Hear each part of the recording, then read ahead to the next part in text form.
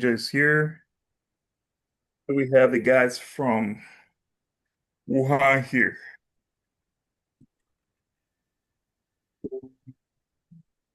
Is the president was Wuhan available last time?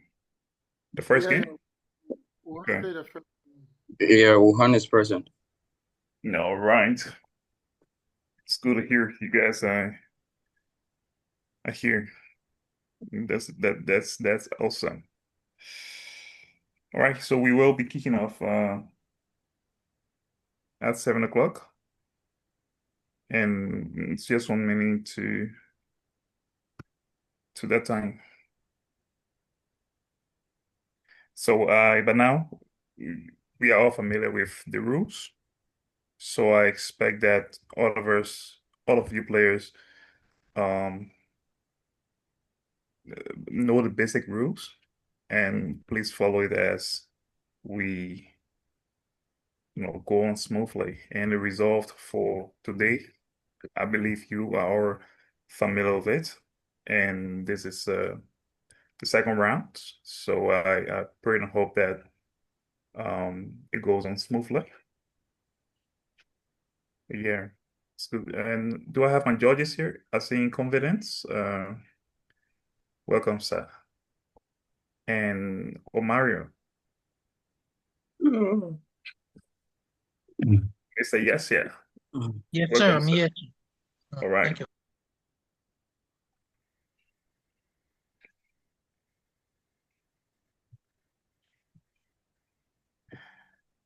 Okay, so it's 7 o'clock already. Mr. President, do we is there anything to say before we can step into the game?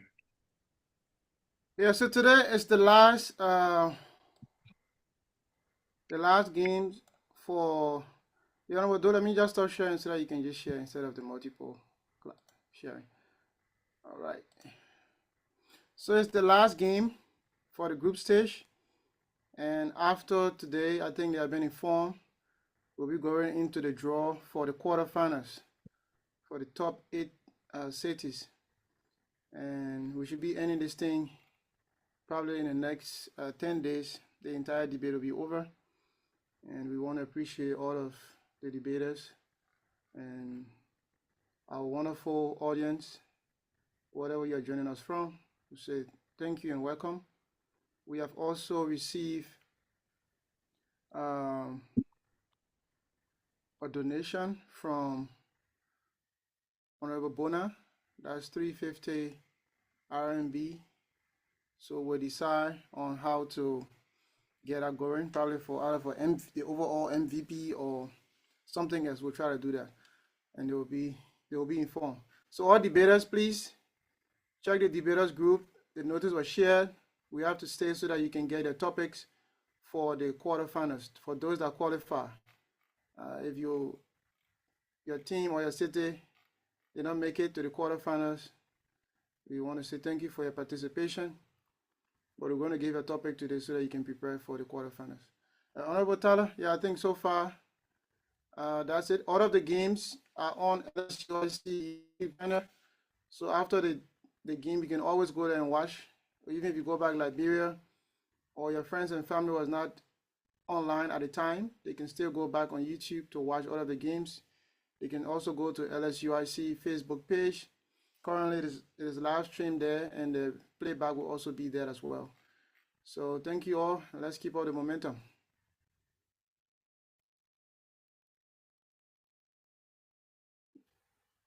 Okay, that's the voice of His Excellency Orlando Tiablo. Firstly, I wanted to welcome to all of you, and thanks to all of the judges for being here, and thanks to all of the players too as well. Before we start off, I would like to give the floor to my judges to introduce themselves briefly before we can get into the games, and also after that, I will like to give the floor to the teams so that they can introduce themselves, and then I will give some basic rules so that you guys can know exactly what we're doing here. So, honorable judges, if you're there, please open your camera and speak to the people. Let's begin with Honorable Yasser.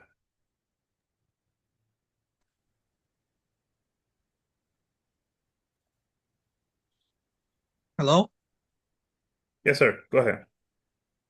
Okay. I'm now seeing myself. I don't know if you'll see me from out there.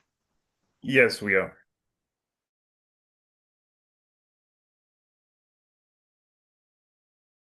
From Tsinghua City.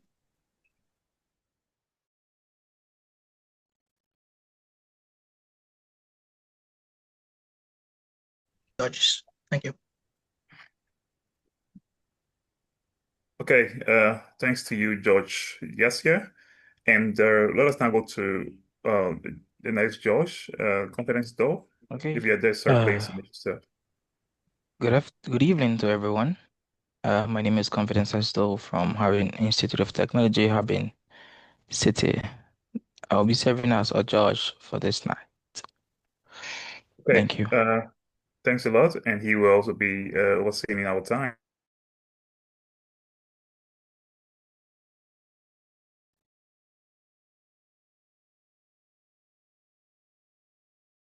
And the names, we will begin with the first name.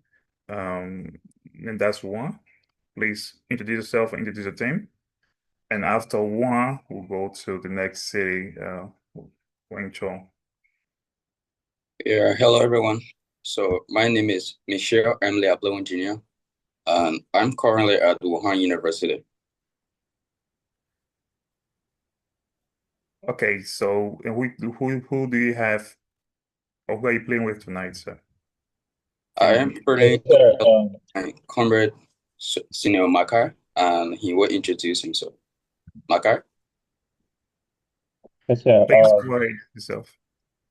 Yes, greetings, esteemed judges. By the way, I'm Scholar Makai, serving as the second player for today's match for Wuhan. Thank you. Okay, let us now go to the beautiful city of Wenzhou. Do we have a captain there? Please introduce yourself, and then your teammate can introduce him, his or himself, or herself rather. Sorry. All right. My name is Isaac Young. Uh, I'm the first speaker of Wenzhou City, and I'm from I'm from Nimbo City, but I'm representing Wenzhou in this competition. Okay, so let's now go to the second speaker. So I'm James S. Kafuan of Wenzhou City, and I'm representing Wenzhou today on the motion.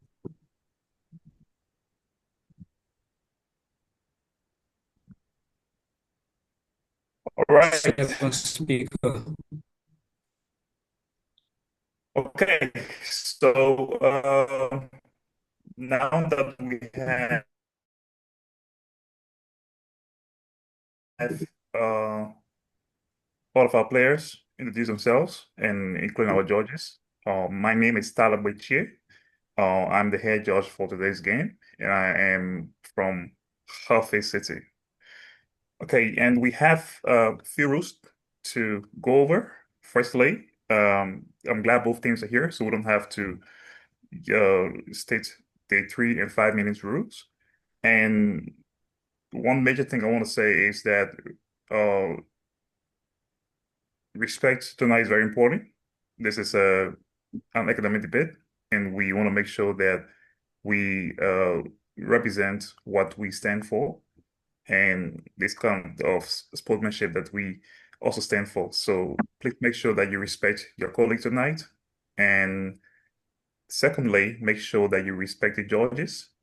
And thirdly, please speak if it is a turn.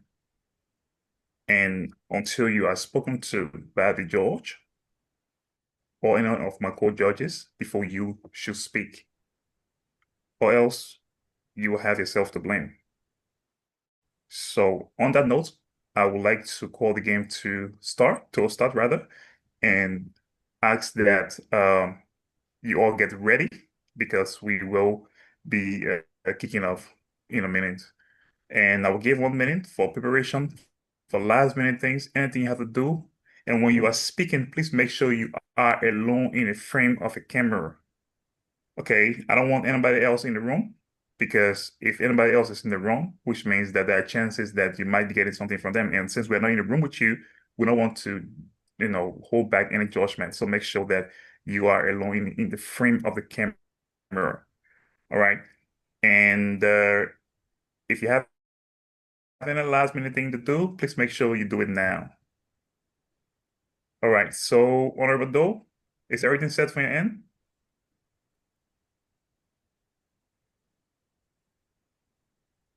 Honorable Doe, is everything set for your end? It's all good from my end, sir. Okay.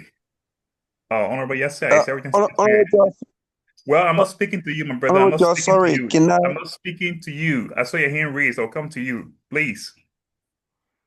Honorable Yasser. Yes, sir. Honorable, Okay. I'm also. Okay. Thank you. So to Mr. Gadget, who was raising his hand, could you please go ahead now? I'm listening to you. All right, sorry, Chief, for coming in so early. Our debaters, some of them, they are in room with their roommates, so please try to look at that rules. It's possible that at this point in time, their roommates might be in. All right, so please. Yes, I'm speaking about the frame. Okay. I want to see only one person in the film, right? That when you're speaking, please make sure you are alone in that frame. I don't want to see anybody else in the frame with you. Okay. So now that we have everything set and go, do you guys have any other concerns so we can kick this off? Okay, if no concern, then let us jump right into it. So the result, the resolution for today is state surveillance is a justified trade-off for national security. Again, I'll go over it. State surveillance is a justified trade-off for national security. And 1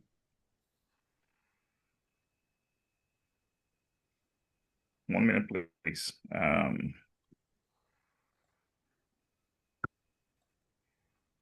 We have the city of Wenzhou that's taking up the pros position, and we have the city of Wuhan that is going for the con position. So, and we have our first and second speaker ready from Wenzhou, and we also have our first and second speaker ready from Wuhan. So, since we're all set to go, we will now give the floor up to Wenzhou to please state their resolution in the constructive speech uh, category. The floor is open to you, Wenzhou. Okay, thank you, Honorable George. The resolution today is state surveillance is justifiable trade-off for national security, and we are the pro of this motion. Honorable judges, wealthy opponent, there's no liberty in a graveyard. We often speak of the right of privacy as if it is the highest virtue of democracy. But the harsh reality is that the right to privacy remains absolutely nothing if the right to life is not guaranteed. The right to life is the fundamental human right of all. So the motion resolve is not about debate, about choosing between total tyranny and total freedom. It is a debate about necessary pragmatism. It asks us to acknowledge a simple truth that in a war of digital terror, bioweapons, and rapid response threats, the government requires modern eyes to protect modern safety. We would like to define the word state surveillance. If we say state surveillance, we are not arguing for a spy in every living room. We define this according to the Cambridge Dictionary has the careful watching of a person or place, especially by the police or an army, because of crime that has happened or is expected to happen. It is intended to identify threats before they become tragedies. Our writing today is not to prove that surveillance is perfect, but to prove that it is preferable than the alternative, a society vulnerable to attack. Let us define the war or the term national security. The safety of a nation against threats such as terrorism, war, or espionage is called national security. Team Wenzhou stands for the proposition because we believe that security is the foundation upon which all other rights are built. You cannot give your opinion, you cannot gather in private, you cannot enjoy freedom if you are not safe. Therefore, the trade-off is not just justifiable, it is essential. Fellow colleagues, we are here today to tell you that because criminals use modern technology, the police should also use modern technology to track and trace them. Honorable judges, the era of the trench coat spy is over. Today, threats to our national security do not travel by mail. They travel at the speed of light through fiber optic cables. To argue against state surveillance is to argue that our government should sit in the 21st century and deal with threats with 18th century methodology. You arguing that our defenders should willfully blindfold themselves while our attacker use full digital vision. Team Wenzhou accept the motion today because we recognize that the societal contract has evolved. We trade the privacy of walking through a metal detector for the safety of a flight. We trade the privacy of giving our metadata for the prevention of coordinated attack. This trade we make willingly because the cost of privacy is small, but the cost of negligence is catastrophic and disastrous. To substantiate our position, Team Wenzhou present three core contentions. Firstly, the primacy of the social contract. Secondly, the doctrine of preventive efficacy. And thirdly, the digital asymmetry of modern contention. One, the primacy of societal contract. We state that the state holds a sovereign prerogative to ensure the survival of its citizens. According to the social contract theory, individuals cede a portion of their absolute autonomy to a central authority for the exchange of the invaluable guarantee of physical safety. Privacy is a qualified right. Life and safety is an absolute one. Without a secure state, the right to privacy becomes a vacuous concept, as there is no legal framework or safe society left to protect. Because of time, I will leave you with the second one, which state the doctrine of preventive efficacy. I digress, Honorable George. Okay, thanks to the first speaker from Wenzhou for your constructive rather speech. And before I can go any further, to all of the speakers, please make sure your cameras are on at all time, not just when you are speaking. Please make sure your cameras are on at all time. And to our judges, please also make sure your cameras are on.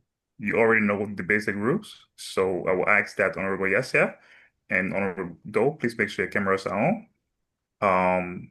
To the team from Wuhan, please also make sure your cameras are on, because if you don't keep your cameras on, which means that you are in violation of the rules and it will affect your scores. So thank you. Before I can go any further, I see a hand up. Do you have anything to say or a motion? Yeah, I have an opinion. While my comrade was presenting, I heard sound like a bell sign. Can that be configured within the background? I think it is your responsibility to please look on the screen and see the timer. That's a responsibility on you to observe the time. Not actually that. I heard like a two sound of bell, and somehow I think he might have been confused because of that. I wish that can also be resolved on my part. Okay, Honorable Do, Can you please explain what that was, or should I move forward? You have protected time. After protected time, you're gonna hear the bell sound. At your injury time, you're gonna hear the bell sound, just to keep you in check. Thank you. Okay. All right. Thanks to the Honorable Judge for the clarity there. All right. Let us now go to Team Wuhan for their first constructive speech. Downstairs. Go ahead. All right. Hello, everyone. So again, my name is Michelle, and I am from Wuhan. And we are here saying that state surveillance is not a justified trade-off for national security. Firstly, what do we mean by state surveillance?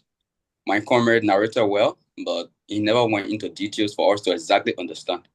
So I am here saying that state surveillance refers to the monitoring, observation, and collection of information by government authorities, by individuals. And most often at times, those individuals that they collect information about are people that have nothing to threaten the society about. Now, let's look at some things here. Some things that state surveillance most often focus on. They focus on what we call ethnicity. They focus on religious or minority group. And those things, when it happens at time, it doesn't only threaten the society. It weakens the national security system that you yourself you wish to protect. They also, the time of state surveillance, they also do what we call electronic surveillance. This is wherein they try to track all your electronic devices, your phone, your computers, every text message, your calls, everything that you do. There's no privacy. Physical surveillance. This is wherein they track every individuals down, specific individuals.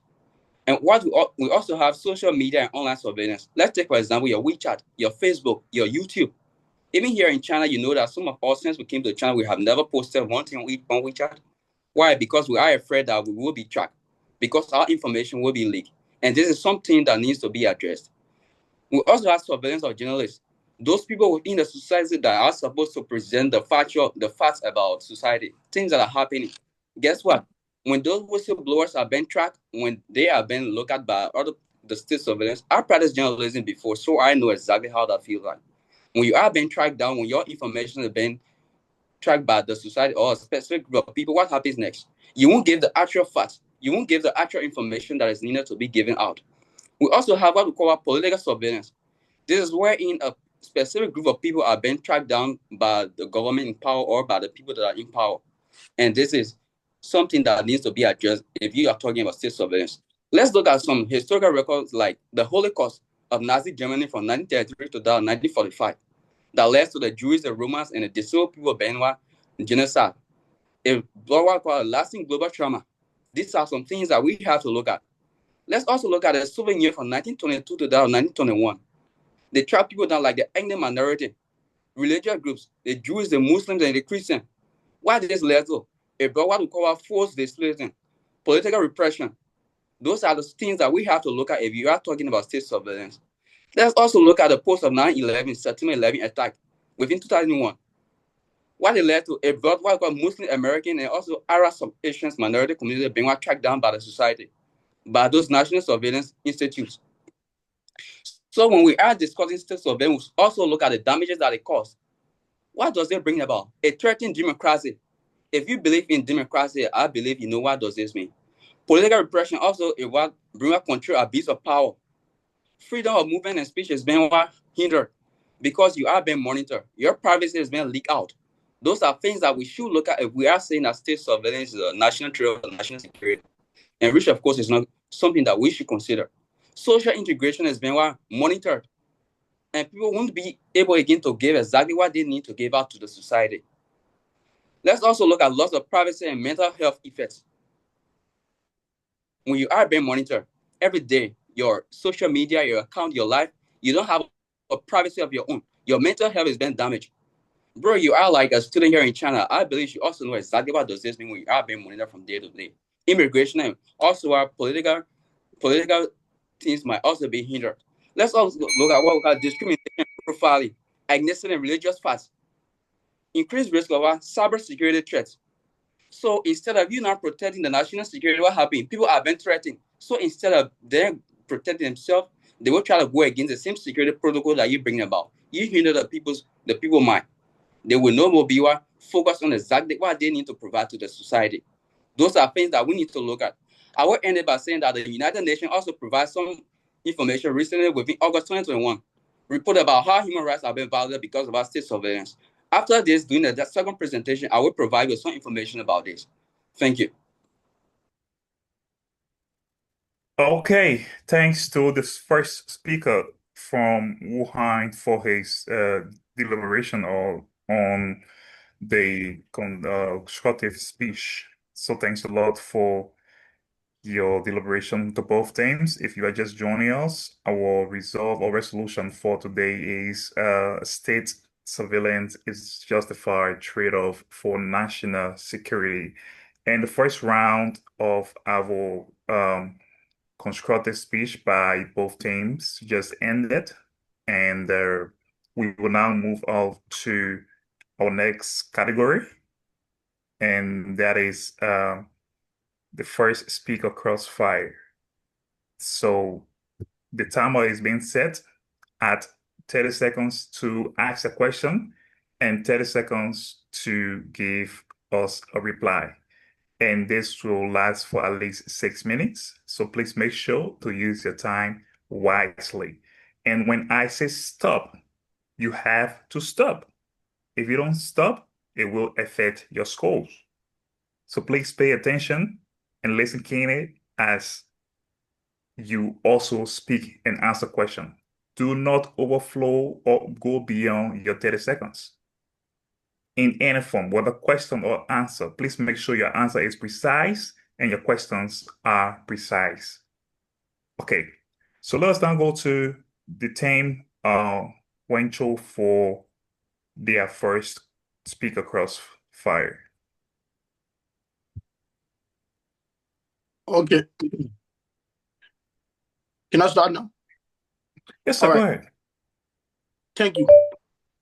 Does my esteemed opponent believe that the right to privacy is a supranational absolute, or is it a qualified right that can be attenuated when the essential security of a citizen or citizens are at stake? Okay. Can we hear from Tim Wuhan to answer that? The question was good, but I'm sorry, you will have to repeat again because he was kind of breaking, so I never fully get exactly what he said. Honorable Doe, please stop the timer. Please stop the timer and reset the timer one more time, please. Just go back to 30 seconds. Okay, for the sake of clarity, I will give the first speaker from Wenzhou to ask the question again. This time, Honorable Doe, you don't have to time it. So please go ahead and ask your question very quickly for clarity. Does my esteemed opponent believe that the right to privacy is a supranational absolute, or is it a qualified right that can be attenuated when the existence or security or existential threat of a citizen or citizen are at risk?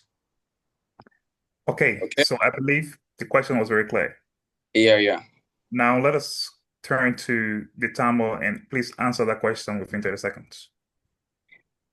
I believe that the right of every citizen should be protected. But however, in the process of protecting the right of those citizens, you should also consider the right to democracy, to freedom of speech, privacy, mental health. Those are things that need to be considered if you are talking about national surveillance. Thank you. Okay, thanks for the answer. That was timely.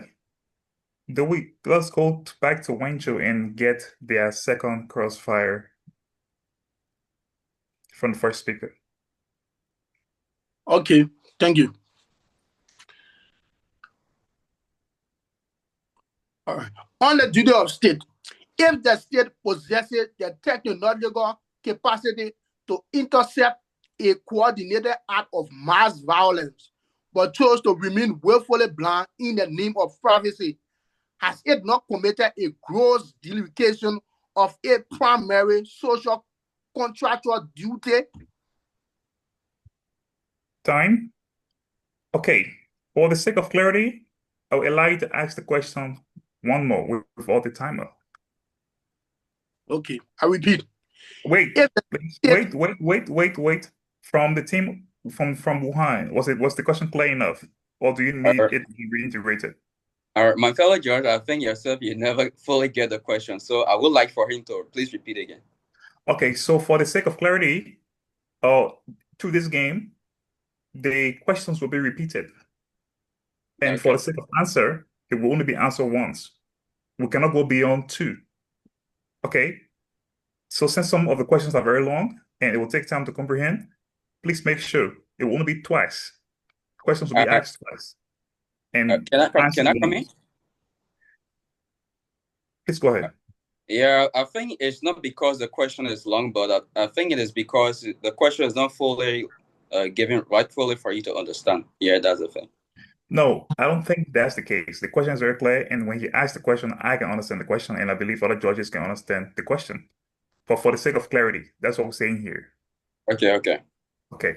So please go ahead again and ask the question. thank you, Honorable Judge.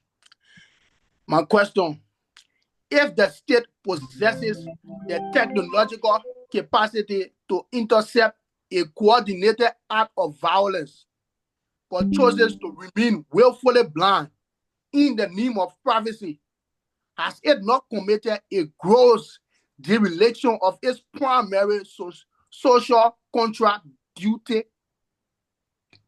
First Okay. speaker, Wuhan. Yeah, I got the question. Okay, so to answer the question, I would say this. There is no justified national security or government that will allow their citizens to be harmed by such incidents. Firstly, you should point out a specific incident or institution that does these things. And there are so many ways that you can protect national security without being justified by national surveillance. Let's look at things like local community engagement and trust building through community leaders, enhanced border immigration controls, youth engagement and public awareness, enhanced diplomacy and international cooperation. Those are other things to look at. Time. Okay, let's take our third question.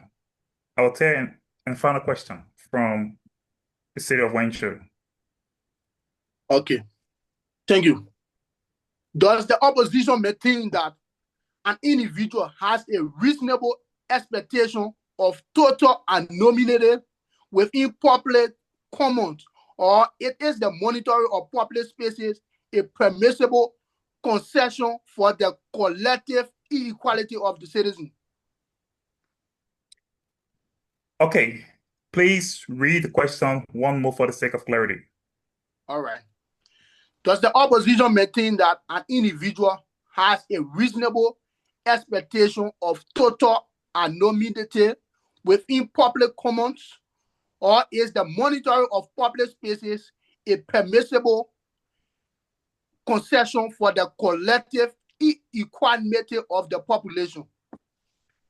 Wuhan, first speaker, answer. Yeah, I believe that monitoring public spaces is good, but not on the instance where impure privacy is being monitored. Let's look at there are so many institutions that can do these things. We have the police. We have that's why I say local government and also local authorities can also bring the message about how to do these things. Not about everywhere you go, camera here, camera there. Your phone is being monitored, your text message is being monitored, your calls are being monitored, your Gmail is being monitored, your Facebook, your Instagrams, all those things are being monitored. I don't think that is what we call security. Instead, that is hindering security. Thank you. Okay, thanks a lot to the city of Wenzhou for their first crossfire from the first speaker. And now we will turn out to the city of Wuhan for the first crossfire for the first speaker. So again, what I'm doing here tonight by giving you a chance to ask the question twice is a grace. So please make sure you use it wisely. We won't go beyond asking the question twice. If you don't get the second time, just forget it. It's on you. Okay, so let us now turn to the city of Wuhan for their first speaker crossfire. Okay, Wuhan? so yeah, I'm ready. So you mentioned during your presentation that there is no liberty within the graveyard. I would like you to justify exactly who does this statement refer to. And within the same question, I also want you to provide some historical and specific examples where surveillance has successfully prevented an attack or disaster on national security. Okay, Wenzhou, was the question clear enough? Or do Yeah, you need loud and clear, Honorable. All right, so please, 30 seconds, answer. Okay, my statement, there's no liberty in the graveyard, refers to the fact, and it came from series of repeated events. It stems from activities or individuals who claim privacy when they don't know that the government demands some sort of breach of their privacy for protection. Take, for instance, the reason China is so safe is because the government go extra mile to protect its citizens. Thank you. Time. Okay, before the city of Wuhan can go to the next question, please give me 30 seconds. Let me check on something.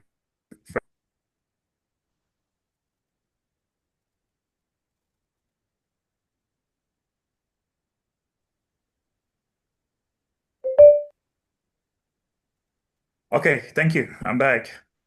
Okay, let's now go to Wuhan first speaker for their second crossfire. I have not asked all of my questions, Josh. Sorry. Yes, sir. I'm saying Wuhan first speaker for the first crossfire, which means you still have questions to ask. So next question. Okay, my next question, my fellow comrade. What should become of civil liberties, freedom of expression, and data privacy of citizens if we prioritize surveillance over national security? Wenzhou, was the statement clear enough? Can you please repeat the question? Okay, without the timer, please repeat the question. What should become of civil liberties, freedom of expression, and privacy of citizens if we try to prioritize surveillance as a means of national security? All right. Okay, let's hear from the city of Wenzhou. Okay. The potential of this argument or omission has to do with the fact that you can only achieve liberty, freedom of expression, freedom of gathering, freedom of opinion, or freedom of expression, howsoever you want to term it, only within a safe environment. And how can this safety be guaranteed? By the government. By the government going extra mile to guarantee the safety of the citizens. Time. Okay, let us take our last question from the city of Wuhan. Okay, my next question, you speak of national security as a means through state surveillance. Now, do you believe that mass surveillance is actually effective in preventing terrorism or national security threats? Then I would also like to ask you, how will you respond to situations like the French surveillance of Algerian immigrants from the 1950s to 1960s that led to many brutal retaliation, and also that Nazi Germany, those historical facts that are listed before? Okay, thank you to Wenzhou. Answer. Thank you very much. I 100% believe that mass surveillance of citizens can guarantee far more safety than the government reluctantly sitting and allowing the citizen to claim privacy when they know that their citizen is at risk. You can only prevent something if you are aware of it, rather than the government sitting and claiming the wait and see policy, which is absolutely disastrous. Okay, time. Well, that brings us to the end of our first crossfire category. And I want to thanks to both teams. You guys so far are doing very well when it comes to the sportsmanship. And for our listeners out there, our resolution for today is state surveillance is a justified trade-off for national security. And our pros is with the city of Wenzhou, and the cons to that is with the beautiful city of Wuhan. So if you are just joining us, I would like to say welcome to you and stick around because we have 5 more categories to go. So our next category in this match is our second speaker reporter speech. So, do we have the second speakers on from both cities? Second Yes, speakers sir. from Wuhan, are you here? Wenzhou clear. Okay, Wenzhou is here. Second speaker from Wuhan, are you here? Yeah, sure. I'm here. I'm here. Okay, so for the sake of sportsmanship, we will firstly listen to the second speaker from Wenzhou. Thank you so much for the opportunity, panel of judges, audience, and minority opponents. I'm representing Wenzhou today, defending the motion state surveillance is a justified trade-off for national security. In the face of global challenges, the necessity of surveillance cannot be overstated. It is a crucial tool for ensuring safety and security. As a proposition to this motion, panel of judges, my pleasing audience, and honorable opponents, it is about now that we all come to awareness that the balance between security and privacy is a delicate one, and state surveillance serves as a necessary compromise to uphold national security. Having said it all, it is it is with great honor that I present to you few points that I'll be scratching on for my argument today. And the first one is state surveillance enhance national security. It aids in crime prevention, security coordination, and so forth. So first, let's look at enhances national security. My opponent spoke of the post on the UN platform where speak of people bagging on how surveillance camera or state surveillance has been a threat to political activists and so forth. Forgetting to know that these people are those same political people who are preaching political views for their own interest, which is not so. We shouldn't be protecting the interests of individuals when we should be protecting the interests of ourselves. We say state surveillance enhances national security. Government surveillance is a cornerstone of national security, enabling authorities to identify individualized threats before they materialize. How can a government defend you when they don't have any information on you? Why will you need safety or privacy when you don't have security? So the opponents just going against this motion is like telling me that they would die because of privacy, or they will set themselves open to risks because of privacy, which it shouldn't be. State surveillance aids in crime prevention. Visible surveillance such as CCTV camera has in public spaces acts as a deterrent to potential offenders. You won't see criminal in China.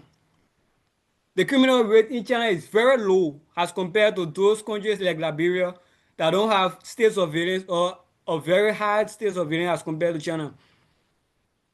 You won't see people just carry on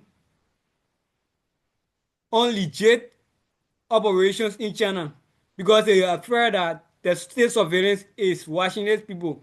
The government is here to protect. Whether it's your privacy or not, the government is here to protect.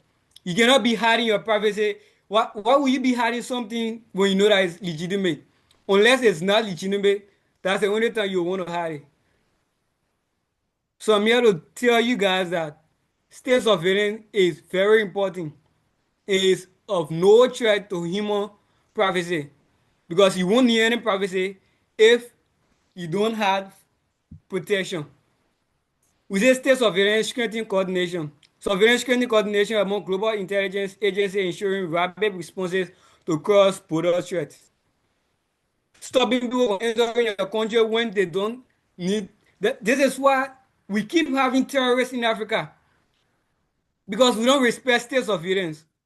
We believe we have take the contrary side of democracy that we believe that everybody should just do things free even if it's at their own risks. See the recent terrorists that entered in Nigeria is because of the poor attendance of state surveillance. When you don't have a high level of state surveillance in your country, this is what happens. So state surveillance is very essential for human protection and that of the citizen. Thank you so much. Okay, thanks to the second speaker from Wenzhou for the rebuttal. Let us now take the second speaker from Wuhan to give us their rebuttal. Second speaker from Wuhan, if you're there, the floor is yours. Yes, sir. Can you hear me? Yes, sir, we can. Thank you. So first of all, today I would like to establish the fact that serving as the consul, of this dialogue, we should all understand that all protocol observed, we should all understand that security that requires the permanent surveillance of its own citizen is not protection. So it is a quiet erosion of liberty disguised as safety, my judges. So a state that monitors everyone, treats innocence as irrelevant and suspicions as universal. History demonstrates that surveillance powers rarely remain confined to their original purpose. They expand, normalize, and ultimately weaken the democratic institution they claim to define. You see, so now national security cannot justify dismantling the very freedom that define a nation. A society that trades privacy for security does not become safer, it becomes control. Therefore, state surveillance is not a justified trade-off. It is a disproportionate and dangerous surrounding of civil liberty. Now, let's look at a few points here, my judges. Establishing the fact that you taking a violation of fundamental human rights, massive surveillance infringes privacy rights protected in international agreement like the Universal Declaration of Human Rights, an international covenant of civil and political rights. So I will provide the link to that from the Human Rights Watch about mass surveillance under human rights.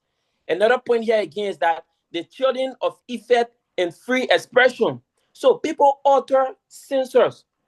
They alter or censor their own speech when they know they are being monitored. So my opponent come here saying that the fact that maybe if you are being monitored, you will not do anything or you will not cause any harm or whatsoever the case may be. I'm here to disprove the fact that even establishing maybe monitors to everyone for their daily activities to cause or maybe to establish the safety of everyone and think they are trackers.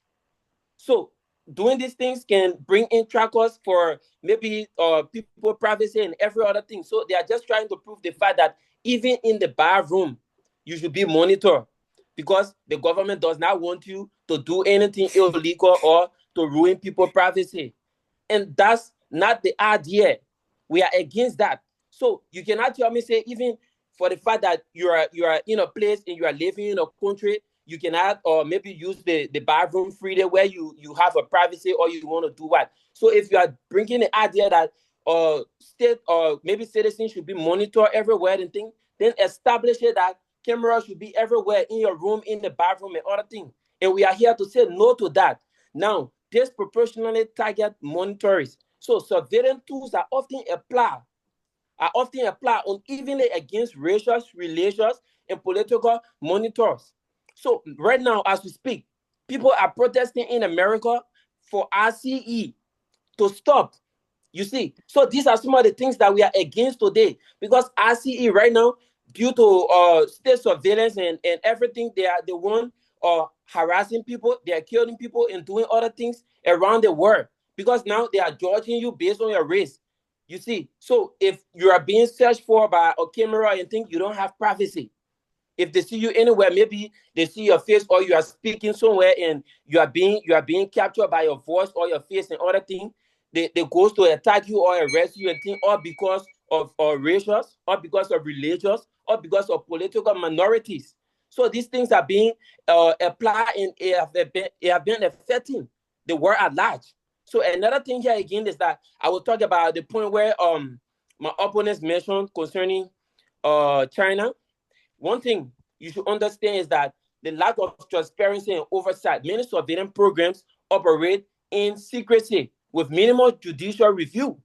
So Edward Snowden leaks or highlight structure secrecy in NSA. I will provide the link to that. So China erodes trust between citizens and government. Now, widespread monitoring undermines social trust and democracy legitimacy. So these things should be considered, my judges. Thank you. Okay. Thanks to the second thanks to the second speaker, reporter from Wuhan. And now that we have completed this category, I would like to say again, thanks to everyone who've just joined us, and also thanks to those watching via Facebook or whatever means. This is the presidential winter debate for the Liberian Student Union in China, organized by the leadership. And we are in the second rounds of our qualification. We're in the second edition of our qualification rounds, and we are moving up to our quarterfinals and semifinals very soon. So it has been quite interesting, and I hope that you can continue to follow us, whatever you are joining us from, as we embark on this interesting journey together. So with that being said, the resolution here for today is state surveillance is a justified trade-off for national security. And the pros, the people who are defending this topic, is the beautiful city of Wenzhou, and those who are the cons are people from the team from Wuhan City. So thanks again for joining, and let us now move on to the next category. But before I move on to the next category, to both teams, do we have any concerns that you may want to point out? Both teams. Is there any Yes, sir. concern that you want to point out? Yes, sir. Go ahead. Yeah, so during the course of the first crossfire, I noticed that my opponents were asking two questions in one when you should have been asking one. So I hope that this other opponent doesn't do the same to me. Yeah, for that, the clarification I want to give is that if the question is a compound question, it is still a single question. They If were, it is a compound they were, complex question, they were it is still a separated, sir. question. Yeah. So let us please if you have these little concerns, maybe after the game you can write a petition to the debate organizers and reference these points. They will also be able to review your comments and try to consider what you have said. So, but people, all of you, you have the right during your crossfire to ask simple questions, compound questions, and compound complex questions, because it is a debate and you are trying to score points here. The only thing is that the questions should be within the context of the debate. Any question rather that is not within the context will be thrown out. So let us now go to the crossfire for the 1 minute, please. After the rebuttal, we have the second speaker crossfire. Here, so for that, let us firstly go to the city of Wuhan for the second speaker crossfire. Okay. Okay. And please remember the rules. You can ask the question for clarity twice, and for answer it's only once. So please make sure you listen keenly. We don't have time to be going over questions again. All right, so let's go ahead from Wuhan.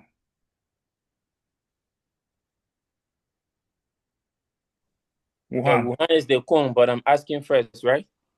Yeah. I Okay. flipped it for a reason. It's Okay. sportsmanship. Yeah. Thank you.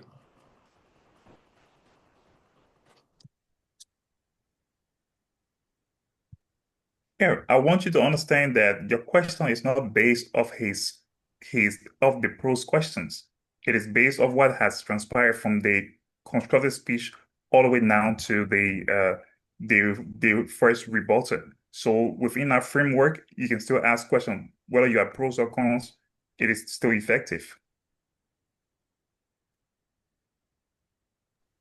Wuhan, I'm not hearing you. Thank you. Can I ask now? Okay. Yeah, go So ahead. my first question to my opponent is, can you demonstrate conclusive evidence that mass surveillance prevent more harm than targeted investigation? Wenzhou, is the question clear enough? No, can Okay, the opponent please go over again? you have one more chance. So please listen keenly. Okay. Wuhan, please go ahead. Yeah, so to make it more clear, due to some human rights advocates and other human rights. Wuhan, please state the question as it was stated before. The chance I'm giving you is not to Okay. explain. Just Thank go you. right to the questions as before. Thank you. To my opponent, can you demonstrate conclusive evidence that mass surveillance prevent more harm than targeted investigation? Wenzhou, answer. Yes, sir. So I'm gonna give this demonstration on myself. When I first day came to China, I left my phone in a car, in a taxi, and I was out of communication for about 2 weeks plus, almost reaching 1 month. And then due to the surveillance cameras in that car and on the street of China, I was able to get my phone even after the 2 weeks plus I was in China. This can never happen in Liberia because we don't have state surveillance in Liberia. So this is a clear demonstration that state surveillance is very important, even for you. Time. Okay, let us hear from the city of Wenzhou for for that crossfire too. One question from you, one question from each side. So that's how we go for this category. Wenzhou, can I hear from you? Okay. Thank you so much, sir. So my opponents keep talking about state surveillance is a threat. State surveillance is a threat. So my question is, because we all need protection. So my question is, how do you expect the government to protect you when they have no information on your activities? Okay, Wuhan. All right. So can I start now? Yes, sir. Go ahead. Okay. To answer your question, an individual can provide data, an individual can provide evidence and information on their own personal activities rather than maybe just relying on state surveillance. Thank you. Okay. So let us now go to Wuhan for the second question. Wuhan?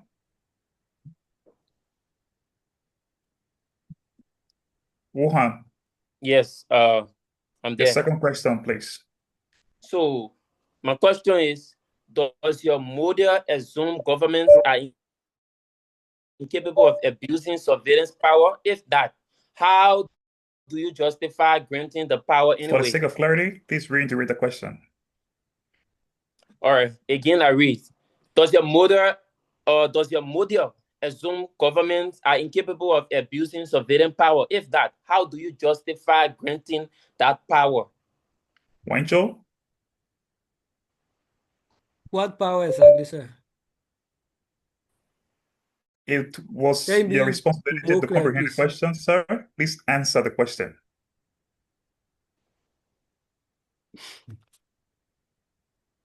Okay, so I didn't really understand the question, but I believe he's asking if the government has the responsibility of going against uh going against the citizen privacy, and that is not true. Like my first speaker rightfully said, government will not install cameras in your living room. We do it where open places are. So the government will not come in your bathroom and install camera Okay, to be watching everything. time. Okay, to the city of Wenzhou, this is a warning. The next time that happens, you lose 2 points across the board from each judge. Okay, so let's now go to the city of Wenzhou for their second question. Okay, thank you so much, sir. Pardon me, sir. So my question is, how does state surveillance intrude your privacy in a bad manner as a person? How has state surveillance Yes, I gone understand. against your privacy as a person? Okay, thank you so much. Okay, So can I Wuhan, answer now, my judge? go ahead, sir. Wuhan, please go ahead. Yes, so state surveillance can intrude your privacy by tracking your data, tracking your internet browsing, tracking your cameras, and tracking other personal areas that you need privacy as a person or individual for liberty and freedom. Thank you. Okay, thanks to the city of Wuhan for the answer. Let us take the last question from the city of Wuhan. Yeah, so my question to my opponent is how do you distinguish a security democracy from a technological advanced police state under your framework?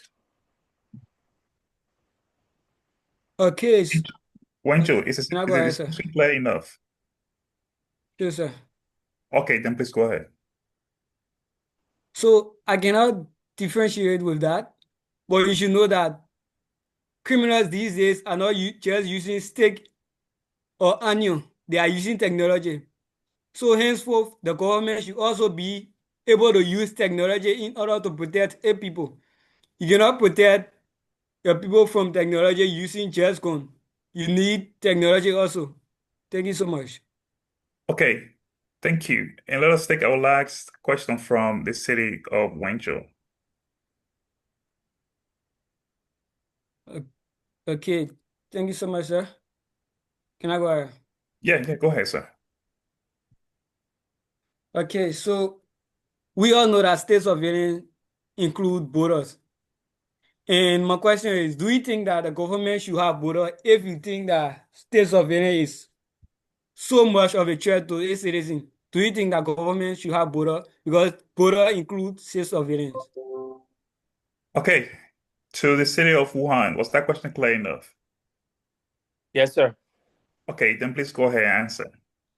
So my answer to your question is countries should have borders because you cannot be a country without borders and things. And the ideology we are preaching here is that state surveillance, not intruding people's privacy. So you can have a border as a country, and you don't the idea of border not to ruin people's privacy or their freedom, their liberty, and other things. What should be checked should be checked, but what not shooting or what not like should not be Time, checked should not be checked. Thank time. you. Okay, there was a little step over there, Mm-hmm. and the warning goes to you too. Please, I beg both teams, pay attention to the screen. I know in some areas the internet might not be very, good, but for the sake of safety, please pay attention to the screen because I don't have the intention of reducing anybody's score. Okay, but if you give me the cost, then I will have to do that. So please.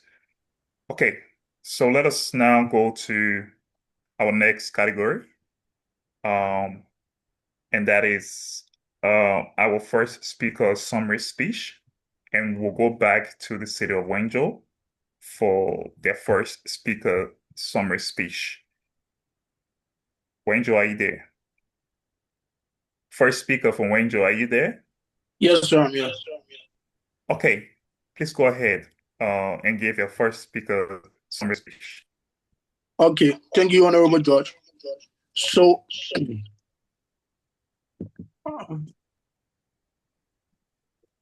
during my opening statement, I was given 3 contention of surveillance. So I will continue for number 2, and then in the last minute I will give my closing statement. The second computation I was giving is the doctrine of preventive efficacy.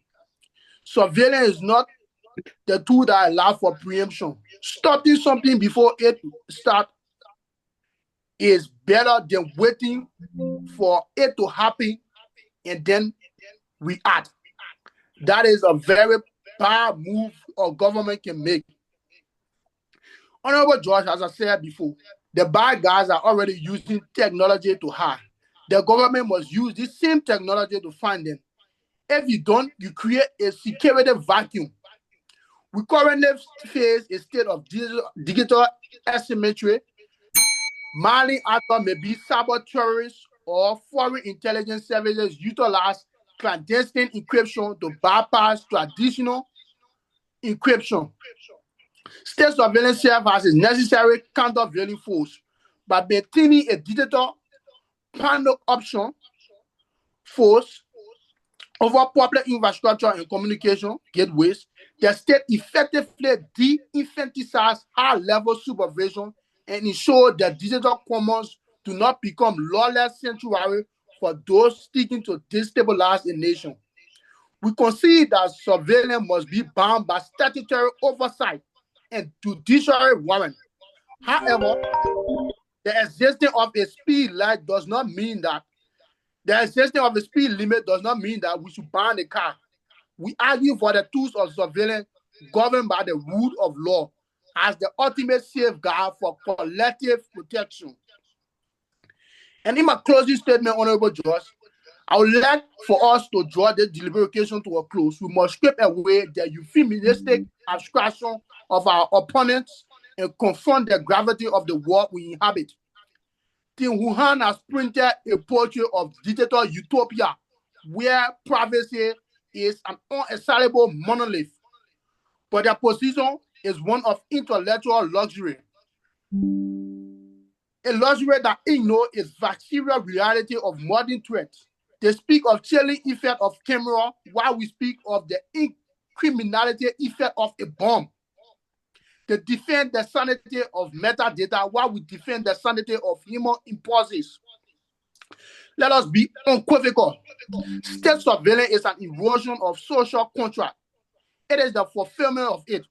We do not advocate for a state that peers into the soul of its citizens, but a state that has vigilant sentiment against those who will see our society crumble.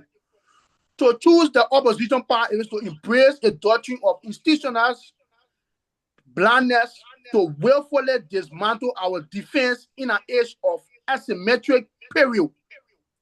We believe that government's greatest failure is not the collection of data points, but the negligent loss of lives they were so in to protect.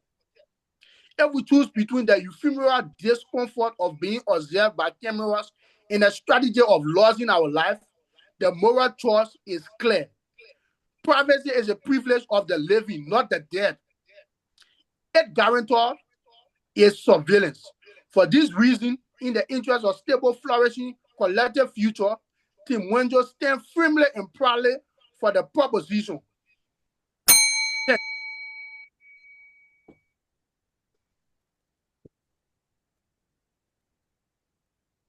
Team Wenzhou, are you done? Yes, sir, I'm done.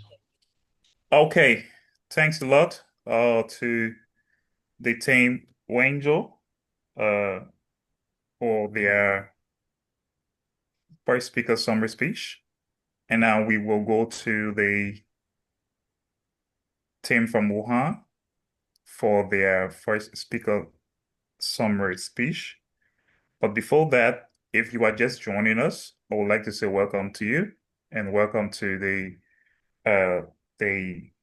presidential intercity and province window debate. And we have a resolution between the city of Wuhan and the city of Wenzhou. And it states that the resolution states that state surveillance is a justified trade-off for national security. Okay, so before I can move on, I would like to, I saw the hands of a player from Wenzhou, second speaker from Wenzhou, hand raised. Let me hear from you quickly in 30 seconds. I was clapping from a player side. Oh, Pardon okay. me. All right. Okay, so let us now move on to the city of Wuhan for the first speaker summary speech. Wuhan, if you are there, please go ahead. Yeah, we are ready. Go ahead, sir. Okay, my colleague has narrated well with well-designed literary words, but I'm sorry to say that we never fully got his point. You know, we have to learn from history. Why do I mean that we should learn from history? Those events that occur. Let's look at some countries that have such surveillance institutions that are led to disaster than rather promoting national security.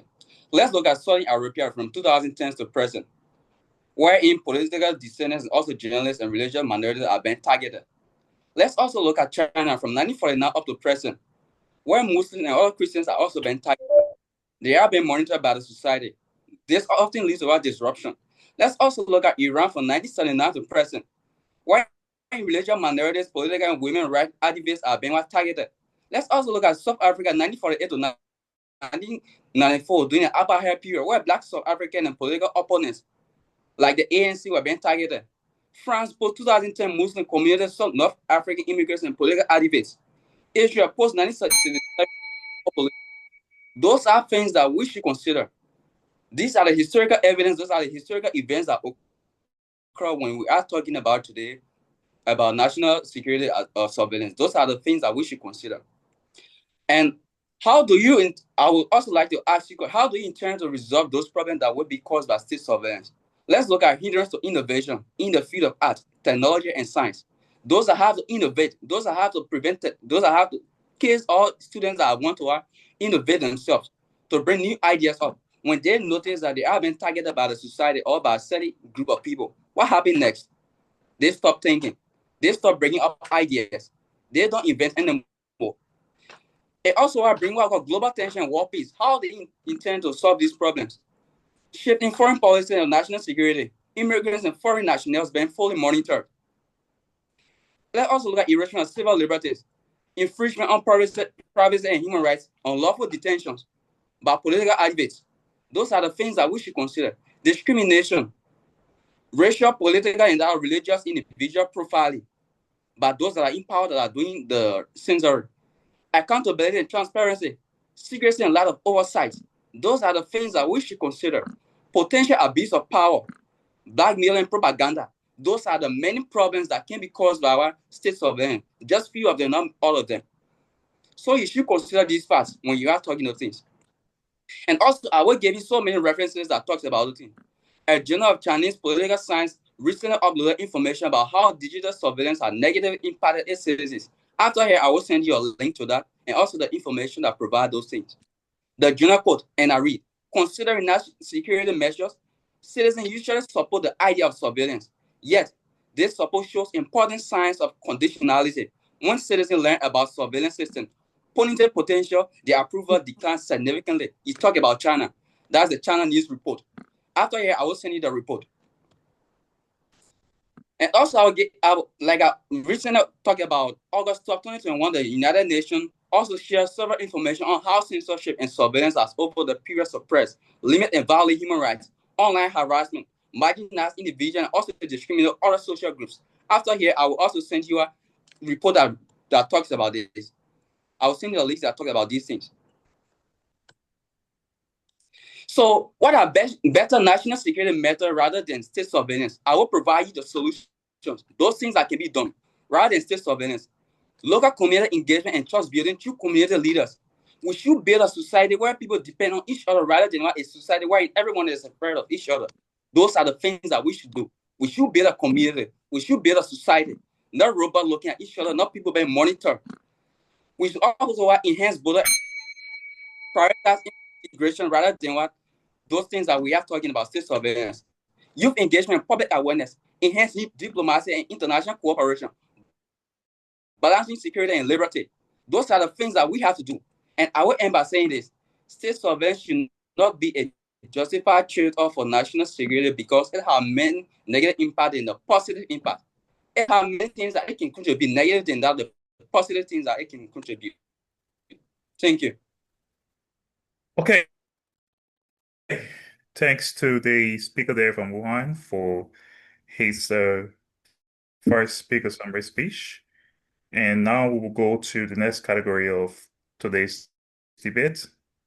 But if you are also just joining us, the resolution remains state surveillance is a justified trade-off for national security. So, and the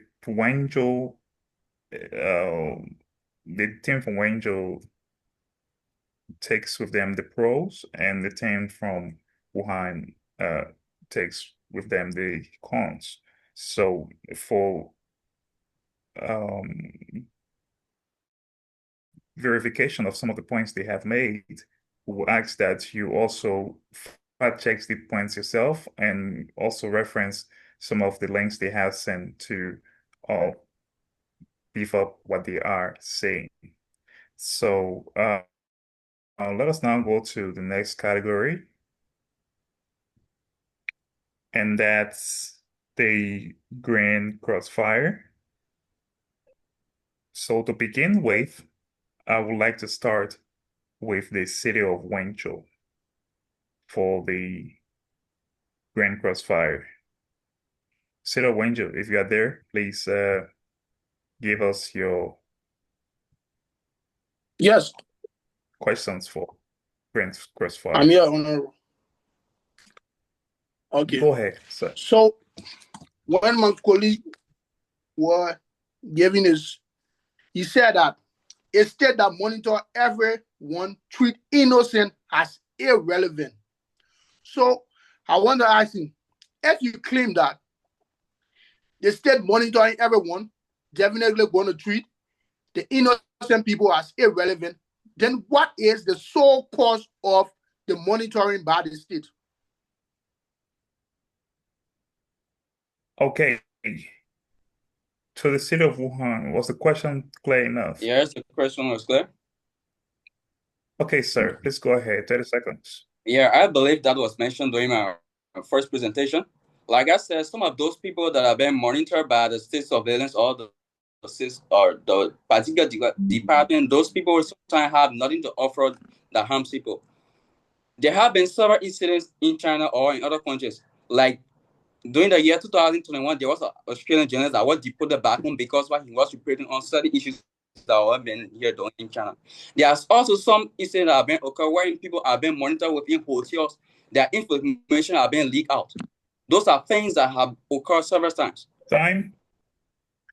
Okay, so let us take our next question from the city of Wuhan. Okay, can I ask? Go ahead, sir. Firstly, I would like to ask you, do you believe in democracy? And if so, how do you intend to resolve issues like protests or the free will of political power within the presence of surveillance? Okay, 100% I believe in democracy. And I'm telling you that state surveillance is not put in place to stagnate or strangulate the citizen, but state surveillance is initiated to prevent threats before they turn to tragedies. And the freedom of assembly protest can only be achieved if you are in a safe environment. Okay, thanks to the answer from the city of Wenzhou. And let us now go to the city of Wenzhou for the second question. All right. Thank you very much. Go ahead. If you are not to speak, please mute your microphone. Let us now go to the city of Wenzhou for their second question. All right, I'll go. All right, to my colleague, are you arguing that the utility of a security tools is inherently negated by the potential of its maladministration? Or can you concede that statutory oversight can be mitigated the risks of a panoptic state? Okay, so to the city of Wuhan, was that question clear enough? Or do you need it to be reiterated? It's clear, it's clear. Go ahead, answer. Yeah, there have been many situations wherein our state surveillance, also cameras, and also people data have been leaked out through the same processes. And those things are machines. Also, those people that are in power, they are controlling those things. Sometimes they don't have information over these things. That's why sometimes I talk about the misuse of power.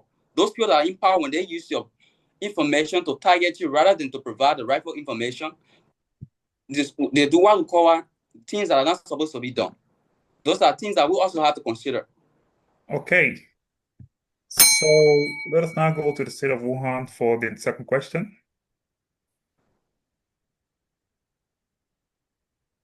The state of Wuhan, are you there? Your next question. Yes, I'm here. Okay, so my question reads, how do you intend to address issues such like the mental well-being of citizens, also wherein surveillance power are being misused? Was that question clear enough? Yes, Can you sir. repeat the question, please? All right, How do Okay. go ahead. My colleague will go ahead. okay? How do you intend Okay. to address? Wait. Who is answering the question? Second speaker. Okay, second speaker. Was the question clear enough? Comrade, just go ahead. Okay, please Comrade reiterate the the question. question and let's go ahead. I should repeat. Yes, sir. Okay, my question reads, how do you intend to address such issues like the mental well-being of citizens, and also wherein surveillance power are being misused? Answer? Yes, sir. So, as a matter of fact, like I said earlier in my first speech, you won't need any privacy once you are doing something that is legitimate. So why will you need mental health care when you are doing something that is legitimate and you believe that it's something that is safer for the community? It will only work on your mental health care or your mental mindset if it is something that is at risk for the community. Okay. Thank you. So let's now go to Wenzhou for the last question. Okay. Can I go ahead, sir? Yes, sir. Go ahead. Okay, so this question is actually a yes or no question, or anyhow you want to answer it though. So my question is, do you believe that state surveillance is what keeps a state or country safe, looking at the criminal rate in Liberia and that of China? Can I answer now? Yes, go ahead, Wuhan. Instead, it's a yes or no question, but there can be a no yes or no question within debate. I believe that national security can be monitored through different ways than that of state surveillance. State surveillance is not a way of bringing security, rather is a way of threatening security. Okay. So let us hear from Wuhan for the last question. Okay, so we all come from a nation or from a continent wherein we believe in trust, society, norms, values, culture, and also social cohesion. So what becomes of those things if we prioritize surveillance for the sake of national security? Wenzhou? Okay, I'll go ahead. The issue of trust, we cannot base a nation's entire security on the issue of trust. Yes, our society taught to trust each other, but we cannot base our entire safety on trust. Those who experience what happened in a 9/11, they didn't feel appreciated, or they didn't get relief because they trusted those who were in charge. They would have felt more relief if the government had presented that rather than trust in intuition and instincts. Okay. There you have it. We will now move to the next category. But before we go to the next category, do we have concerns from any of our teams? Okay, so I consider your silence as again no concern. Okay, so um, let us now move on to the next category. But before we move, if you're just joining us through Facebook or just get on the Labyrinth Student Union channel platform, this is our presidential intercity and province winter debate. It is hosted every year, and I would like to welcome you to the game between Wenzhou City versus Wuhan City. And it is good enough to hear people or young students give the view on interesting topics as the one here today. And the resolution for today is state surveillance is a justified trade-off for national security. And it has been quite interesting. Both sides have given all the could to this match. And I think we are nearing the end of today's match between both cities. And the winner from this match will move up to the next stage, which is the quarterfinals. And we hope that you guys have been entertained, but also learned a lot from the debate here because these students are very brilliant and they have given their positions on the resolution for today. So as we move on to the last category for today's match, I would like to say thanks to all of you who have joined us, but let us move forward. Okay, so the second speaker, final focus speech. That's the last category. And I will now turn on to the city of Wuhan to begin this category. So, Wuhan, if you are there, the floor is yours. Please feed us with your final focus speech. Is the city of Wuhan there? Oh, sorry. Yeah, I'm here. Can you hear me, sir? Okay, for the sake of transparency, the time has been restarted. So please go ahead.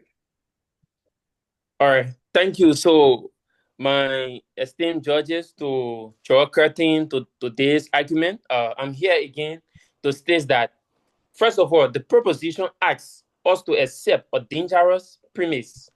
The state surveillance is not acceptable price for security. So my audience, my opposition, and my judges, for history demonstrates that when government acquire the power to watch everyone, they rarely use it narrowly, temporarily, or responsibly. Surveillance expand, it normalizes, and it ultimately harms the citizen it claims to protect. So I will show you this through empirical reality, not theory. Now, the United States, for example, in 2013, the United States security without accountability. In 2013, whistleblower disclosures revealed that the government of the United States have been running the NSA bug metadata collection program. So secretly gathering phone records of millions of ordinary citizens without individual suspicion. Independent reviews of both later concluded the program did not uniquely stop terrorist attacks. So yet it permanently altered the relationship between citizen and state.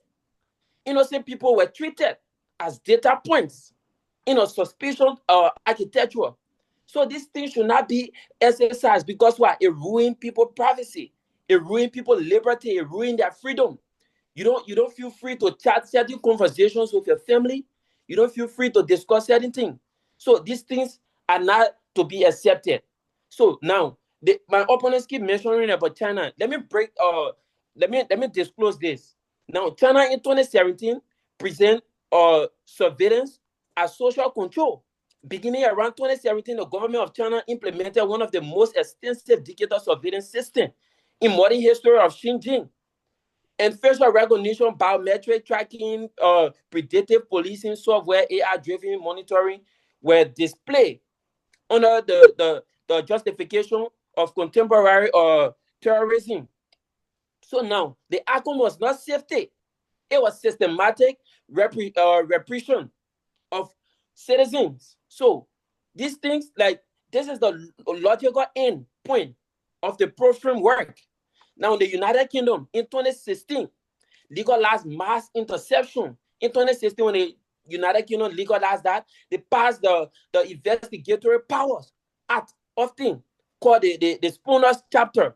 Check it up. I will provide the link to that. Legalizing large-scale data retention and interpretation. Several liberties groups warn that the law allows indiscrimination collection for citizens, internet histories. So a democracy does not collapse in a single act. It rose through normalization of ordinary powers. It also happened in India in 2017 to 2021. So all of these countries have faces these things, and we are here to put stop to it. So you cannot base it on maybe terrorism or threat or hackers and other things. You see, so now for the India, or we look at the biometric ID system expand rapidly in 2018, it linked fingerprints and iris scans to essential services. So these things, if you are considering these things, someone can use your fingerprint to track your personal information, your privacy, and ruin these things. It also affects religious practices. Let's be honest. Let's take it to the point, like taking for example that we got the information that okay, in China, religious practices are not, or like religious belief is not formally practiced across the country and things. So you should not practice these things on WeChat or other things. And you have your family, maybe you are from back home, you are a Christian, you are a Muslims and other things. So now you come in a place and they tell you that do not practice or legally practice religious belief and other things. You cannot do it on WeChat, and that one, or you consider that as one of the official formal platform in China. So these things, a conscious religious belief and other people personalities and other things. You see, so even for the fact that these things, blacks have been tortured in America by police and other investigators and things, and America have screen cameras and all of these things around. Why it didn't stop it? There are black people in America that have been killed, that have been tortured and carry on like other bad act to them. So why these things have not put stop to it? That's why we are here to change the narrative. Thank you. Okay, that was a hit from the speaker from the beautiful city of Wuhan. And that was the delivery of his final focus speech. So now I want to move up to the second speaker from Wenzhou City for his deliberation when it comes to the final focus speech for today's game. So please go ahead to the speaker from Wuhan, from Wenzhou, sorry. Thank you so much, sir, for the opportunity.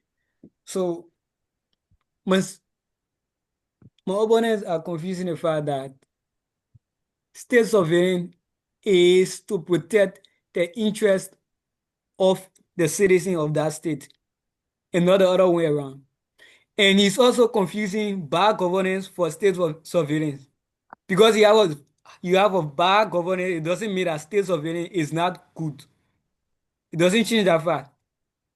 As a matter of fact, even the America you spoke about killing blacks and stuff, how do you see those footages?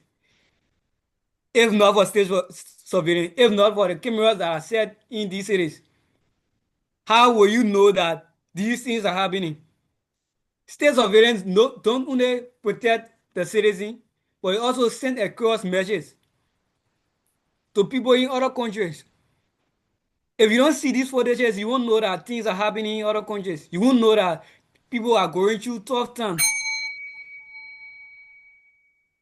State surveillance help you in so many ways, even in your personal life. You talk about people setting camera in your bathroom. You cannot prove that. Even in China, you cannot prove that the Chinese government or any institution have set camera in your room. Not speaking of your bathroom. So if you want to talk about that, then I think you don't have any argument to speak on that.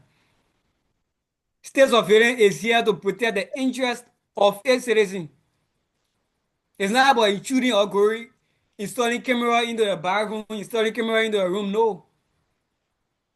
The state is here to protect you from scammers. If they don't protect what you preach or what you post, you have scammers that will be in your team and even taking money from you. And you all are enjoying that immunity that comes with state surveillance. So why are you here telling us that state surveillance has more threat than its importance? Even the mental stage you talk about. I'm going to send the link after here. It speaks of importance of state surveillance in health. You talking about RC and state surveillance, mixing two different things. Panel of judges, my audience, it has come to my mind that my opponents don't have any idea on what they are speaking up today. Because as a matter of fact, you cannot make state surveillance with bad governance. You cannot make state surveillance with spy. And most importantly, you cannot make state surveillance with vulnerability. You can have politicians talking all other things that will go against the state, and then you expect people to not do nothing about it. This is what the state surveillance equipment are made for. To speak on behalf of the government and to speak on behalf of the citizen. It is there to help you. Don't take it the other way around, my brother.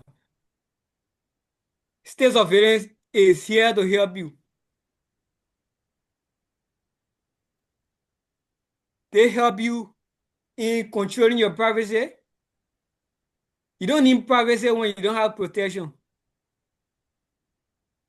They help you in how to coordinate yourself. You speak about China not allowing religious activities. China is not a religious country when it comes to national statement. So why do you think that they will have to go against their political issues just because of your personal gain? Like I said, a state surveillance is there to protect the interests of the people. Not because you are Christian, so which means you expect me to listen to you being a Christian, or I should be seeing all of your activities as a Christian. We should respect each other's privacy. The same privacy you are talking about is what state surveillance gives. It protects your privacy even religiously. So thank you so very much. I want you to keep in mind that state surveillance is here to help you with even your privacy, is here to protect you and protect your right. Thank you so much. Okay, ladies and gentlemen, thanks to both cities. Um, your deliberations on the resolution for tonight was great. It was intense. And I'm speaking from the background of everything that I have observed and seen so far. So before we can go into the results, I would like to turn to the president so that he can put up um, the voting for the public so that they can send in all of the goods they have for our MVP for the night and also the team that um, walked away with the people's vote for tonight. So, Honorable President, if you're there, please can we go to the polls, like to the pool rather, let the people vote for the team that they think walked Oh, away with tonight. all right. Okay. Thank you so much to the judges and to the debaters and to all of our beautiful people following tonight. We have the last game coming up after this one in the next few minutes. But before that, let me launch the pool so that you can vote for the best player and the best city. So while the president is displaying the pool for the night to our judges, let us tally up our scores and get ready for the announcement of the results. All right, so I'm going to launch this pool in 3, 2, 1. Please, if you are using the web to join, you might not get a notification. So it's not like we are probably focusing on the motion as well. It's just because Zoom don't have that capability, except you're using the app. So let's go. So please check your screen. You should see the notification on your screen. Mine just left, sir. It came and left. It just left abruptly. Preso. Oh, Yeah. all Minus right, one. I'm coming. Let me check. So probably let me stop sharing my other screen. Then maybe that will help. Okay, so let me go back to it.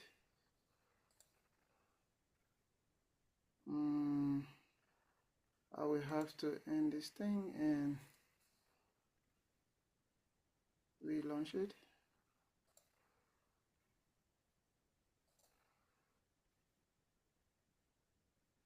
Wenzhou, Yeah. So they keep on leaving the screen. yeah. Let me relaunch it. But I want to show something before we clear everything. Okay, where's my camera? Okay. So here, carefully look at my screen. It's easier for us to be. The screen is okay. It's better now. Don't worry. Yes. Oh, Yeah, it's okay. I know. So you see here, relaunching a pool with clear existing pool or pooling records. Okay, so nothing else will be safe. So I'm going to click on continue. And now you should see the pool on your screen. So try to vote. Keep sending in your vote. And as the votes will be coming in, you will see it here. Also, you can keep watching my screen. You see it Well, so coming I'm in. saying absent on my name. Your name, Wenzhou.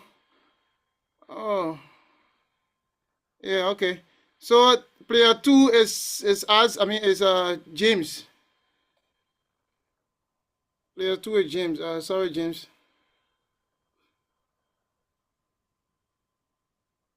Players 2 is James. So the results are coming. We're going to end this pool by 8:42. So the next 3 minutes we'll end this pool, giving the judges the time to go through everything. As it stands, the best performing team for now, we have Wenzhou 17 votes. Wuhan got 12 votes. Wenzhou having 19. Wuhan has 12. Let's go down a little bit to the best argument presented. Isaac Young from Wenzhou, the pro team, currently have 16 votes, and James has 6 votes. We'll come down a little bit. We see that for Wuhan, the corn team, Michel, the first speaker from Wuhan, has 20 votes, and then his teammate Masha has 7 votes. So Masha and James currently have 7-7. Michel and Isaac 16-20. So Misha is in the lead for now. We have 2 minutes to go. Misha is in the lead with 4 votes over Isaac as the MVP for today. Wenzhou and Wuhan, best performing team. We currently have 2016 as well. Wenzhou 20 votes, Wuhan 16 votes. We have 1 minute or probably a few seconds to go based on my time here. I said 43 or 42? 8:43 or 8:42? Can anybody please clarify? Did I say 8:43 closing or 8:42? All right, I'll close it at 8:42. 8:42. All right, thank you. So we have a few seconds to 8:42. Wenzhou 22 points, Wuhan 16 points. Few seconds to go. Isaac 18 points, Misha 26 points. So I think James have 8 and Masha has 7. Okay, so few seconds to 42. Wenzhou 23 votes, Wuhan 17. Best performing team. Wenzhou is in the lead. But then the MVP here. Okay, so currently at 42 my time. I'm going to end this pool in 3, 2, 1. End pool. And your statisticians that are there, please take note to the judges. Please give Wenzhou 3 points as the best performing team for this game. And then Wuhan, you can give them 2 points. For the MVP of tonight, that will be Michel M. Lampowan Jr. Sorry if I mispronounced the name. Has 26 votes, and Isaac got 19 votes. So Wuhan, first speaker, Michel has 26 votes. He's the MVP for tonight, but then Wenzhou got the best performing team. So the 26 people that voted for the MVP were not available to vote for Wuhan. But however, that's it. That's the game. So honorable judges, if you are there, please, if you are ready, let me know. If not, I will continue. The next game should be between Chengdu versus Suzhou. Let me share this on on the screen as well so that you can. I think from your side you should only see the percentage though. And this percentage you are seeing is based on categories. So that's what I tell you the votes so that you also know the votes. And let me take a screenshot of this just for, I think the Wuhan one is clear. Okay, no. So the next game is between Suzhou and that of Chengdu. Suzhou and that of Chengdu. It's a very tough one. A very, very tough one. Okay. A very tough one. I think all of my judges have sent in the results, and it's very, very interesting. Like I'm smiling because it's very interesting. But let us now go to my judges to get some comments from them. Honorable Confidence and Honorable Mario Yasia. If you are there, sir, could you please unmute yourself and give me your comments?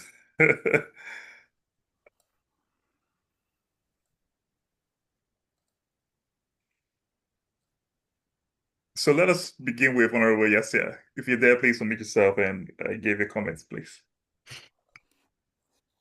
Okay, thank you, Honorable Head Judge. Let me here begin by congratulating the two teams that provided us a lot of information tonight. The game was quite interesting, and I hear Josh say he's laughing because one thing I actually like about this game is that the judge's opinion and judgment is quite interesting, and the independence in judgment is very clear. I believe. So I like to say thanks to the both teams. I think you had a great playing time, and the information that was provided today was very much informative because the topic is also very much interesting, and I'm quite sure that our audience listening across the globe was highly educated today and fully informed of national concerns, especially when it comes to security. And so I'd like to say thank you and thanks to the organizers and the National Executive Committee. Thank you. So that's one of our judges there, Honorable yes, yeah. Before I can let you go, Honorable, I want you to give your feedback on the overall presentation of both teams, because now we are prepping these teams for the quarterfinals and semifinals, where we will have no room for mistakes, no room for any underperformance or anything. So if you can speak to that, that would be very great. Okay. So thanks. Oh, my phone is going off. But however, I just like to say that the players actually did their best, but I hope that in coming games you will be able to provide more information and also be confident, especially from the team Wenzhou, the first speaker. I like to say to you, even if you have your points scripted, you have to present it very confidently. And my phone is almost off. So that's about what I have to say. Okay, that's our George there, Honorable Mario Di Mariasia. Let's now go to one of the very interesting judges we have in this tournament, Honorable Confidence, though. Let us hear from him, and please go ahead, sir. I like to use the words of Amika Cabral because he has been a great man, and in times of troubles, we look up to his words. Max, nothing from the masses. Even your mistakes, even your flaws. Don't hide it from the people. Show it to them. I want to say thanks to the both teams. You did extremely well. We are all laughing because it has been a great time with you guys. And the topic the resolution under discussion is something that is very important and very cardinal because today we get up and we hear that, oh, I visited his hotel, but then I wasn't too safe in the hotel because I felt them having cameras in the light bulbs. Or I don't want to go back to Liberia because if my phone dropped on the street, I would not find it. That is just what we're debating here today in simple terms. China has the state surveillance. Liberia does not have the state surveillance. Yet and still, we complain at both ends. And I'm sure these two teams have done pretty well in convincing us that yes, one is good and yes, the next is bad. But again, I'd like to encourage the players, please, please, when you come out here to present, we understand this is a public forum debate. We expect you to prepare your speeches and bring them. But please, as you deliver them, be good speakers. As you deliberate, help us that we shall not see flaws as you deliberate. Speak like the militants we know from UL. Speak fluently, like flow. We want to see that flow. If we realize that you are jittering in your speech, we'll believe that you've been reading something from several internet sources and you're not sure. So the judges will listen and we judge. Thank you. It has been a great game and it has been a wonderful time with all the audience. Thank you. Okay, that's honorable confidence though. Uh, he just gave some of the thoughts that I had. Before I can go to reading the results, I would like to take few I would like to hear from the captain of Wuhan and the captain of Wenzhou on their feelings from the debate so far. What you guys think? The overall thoughts of the debate. Let's start with Wenzhou. The captain, Wenzhou, please. Okay, thank you, Honorable George. I think the debate was a good one. I think the opposing team they made an argument, and I think my colleague and I we also made our argument. And I must applaud the judges. I feel like the game was well organized, and the audience they played a part. And when it comes to, I think the overall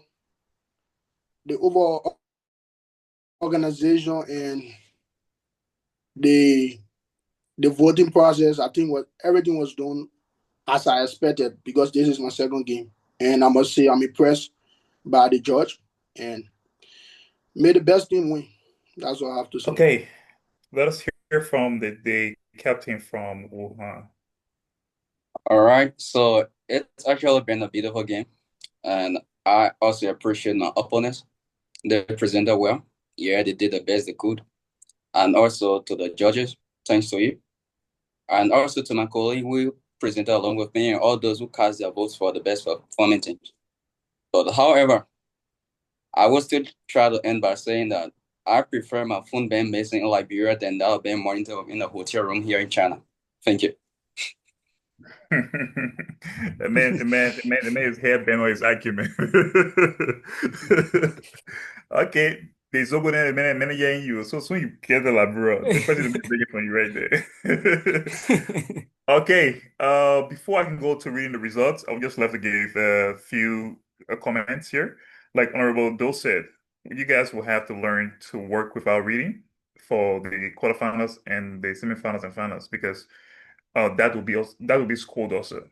If we find you reading from whether your computer or from whatsoever, you have to study your content. You have to know your content so that you can present to us, not to read to us, because we want to hear what you have to say so that we can be the one reading it, not you reading it to us. I mean, we get to classes, you can read to us, present to us what you have.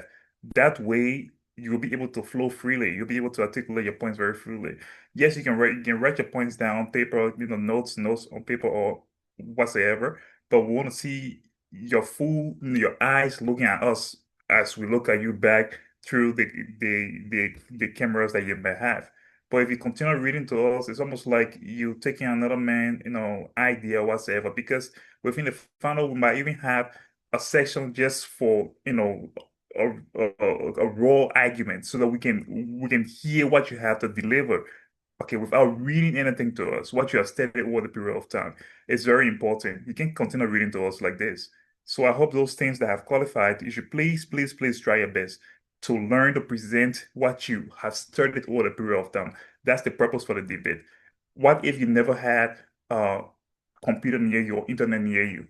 What if we say, okay, tomorrow the winning team from this debate will go against whatever team or maybe how's it called, all-star team at the national conference? Will you be looking for a computer to Google or to go to GPT or whatsoever? No, you will have to speak your mind freely on what you studied over a period of time. So please, please, guys, you guys have to make this thing harder for us to be able to judge. But because you guys are making it very easy, I can tell you people. Okay, so on that note, I would like to go to reading of the scores for tonight. So please pay attention, pick your calculators and your phones up or whatever you have to calculate so that we can listen to what we have here. So as mentioned by my fellow judges, the game was very interesting and the score is super close. I can tell you that, super close. And I will read firstly from the first, second, and third judge, or all of the judges we have here. For the judge total score for pros, beginning with George 1. Okay, pros, that's Wenzhou City, and cons, that's Wuhan City. So the first judge, according to the first judge, the pros has 189.5. Again, 189.5. That's for the pros. That's Wenzhou City. And for the cons, according to the first judge, you have 169 points. Now, for the second judge, for the pros, Wenzhou City, you have 178.5. And for the second judge, for Wuhan, the cons, you have 191.5.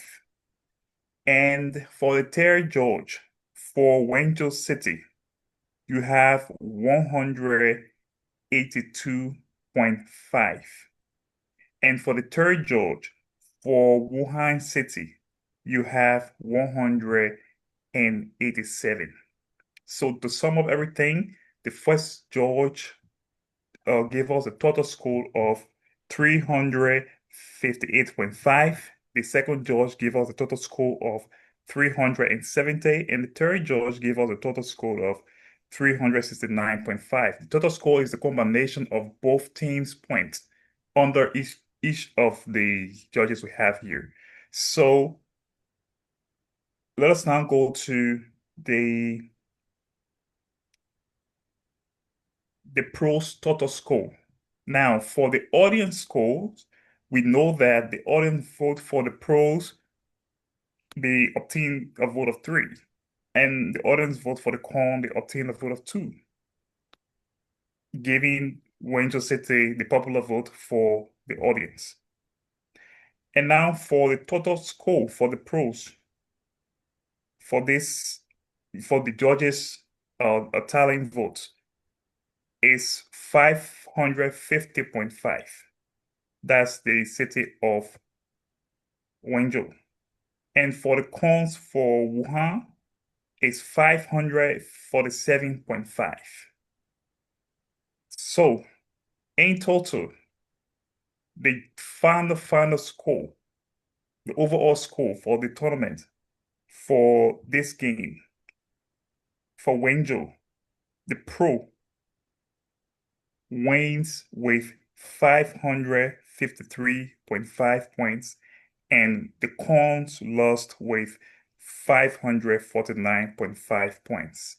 So to the winning team, Wenzhou, I would like to say congratulations to you and your team as you move up to the next stage. For the losing team, Wuhan, I would like to say try harder next time and you can make it up to the next tournament.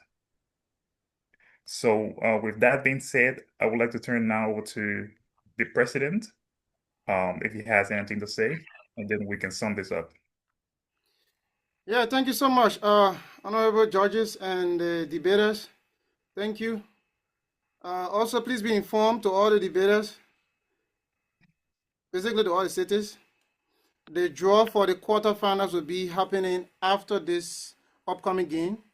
We'll do the draw tonight so that you can know the city you'll be playing, as well as the position or the topic for the quarterfinals.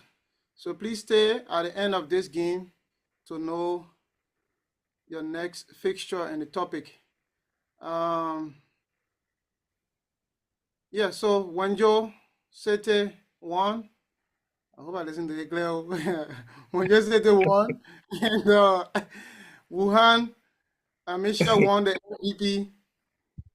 Why Wenzhou City won the audience vote as well as the judges vote. So everybody win tonight. Wuhan carry something home. Wenzhou carry something home. So let's see. Our next game will be between Chengdu versus Suzhou City. For the upcoming fixture of the quarterfinals, there will be few adjustments made to the judges' criteria that were proposed by one of the judges. So the audience, the judges, the debaters will be informed as to what we'll be looking forward to moving on to the quarterfinals, semi, and the finals. So you guys will be informed tonight. Now let's move on to our next game. Mr. President, before we move on, just a quick interjection. Actually, it was a good game tonight, but both cities will proceed to the next stage. So it's not an elimination round. So we'll go by points. Let's re-emphasize that we'll go by points. And we enter the next stage, which is the quarterfinal from the draw tonight. Then we will enter the elimination rounds. I just wanted to make that clear. Thank you. Thank you so much to the judges and the debaters and the audience as well. Okay, so the two cities that never perform will be dropped after tonight. The others will continue to the quarterfinals. So now to our judges for the next game. We hope you are online, the debaters. We're taking on Chengdu versus Suzhou. After the first phase of the first games, Suzhou City had the highest point. Both cities won their first games. Both cities after the first game had MVPs. Both cities also, the audience voted for them. So this game is, if you're intending to leave, don't leave, stay. Probably you might face them in the quarterfinals, out of them, or you might face them in the semi, or you might face them in the final. So stay to watch debaters. It's going to be something very, very interesting. Please stay and enjoy your holiday while the Chinese are also enjoying their New Year. Stay to enjoy your holiday as well. Honorable Pittman and the judges for game 2. Are you available? We didn't experience before. So can you go ahead and just do it? I'll give us a few minutes. Let us do it. Let's go ahead. Honorable Pittman, Honorable Enoch, Honorable Louis, any of you available? Are you guys hearing me? Yes, we can hear you now. Oh, okay. All right. Thank you very much. And thank you to our president for giving us this time. The AEC also want to say thank you very much. And I hope we can serve our people tonight. So my co-judges, are you here with me? If you are there, just give me a signal. Sorry, Honorable Head Judge. I think my screen was shared, so I didn't see the hand of Honorable Verma. She's the coordinator of Hubei province. Honorable Verma, if you are there, please unmute yourself. Let's hear you. Your hand is raised. If it has been off for a long time, or the old one, or the mistake. Honorable Verma, your hand is still raised. Okay, Honorable Head Judge, you can go ahead. I think probably was a mistake from her. Okay. All right, thank you so much. So Judge 1, I'm here, and Judge 2, Igor, if you are there. Yeah, so Yeah. the third judge, you are there also?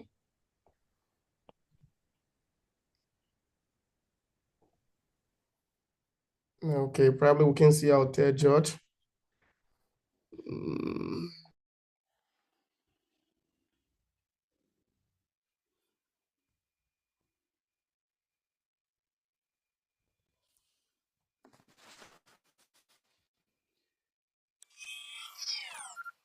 So welcome. While we are waiting on our third judge for this game, welcome. This is the match between Chengdu City and that of Suzhou City.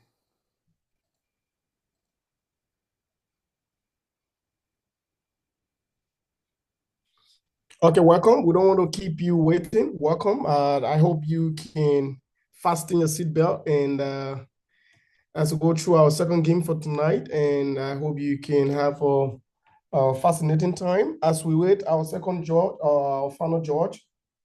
Let's see if we can get any response. Hopefully, we will start maybe in 1 to 5 minutes time.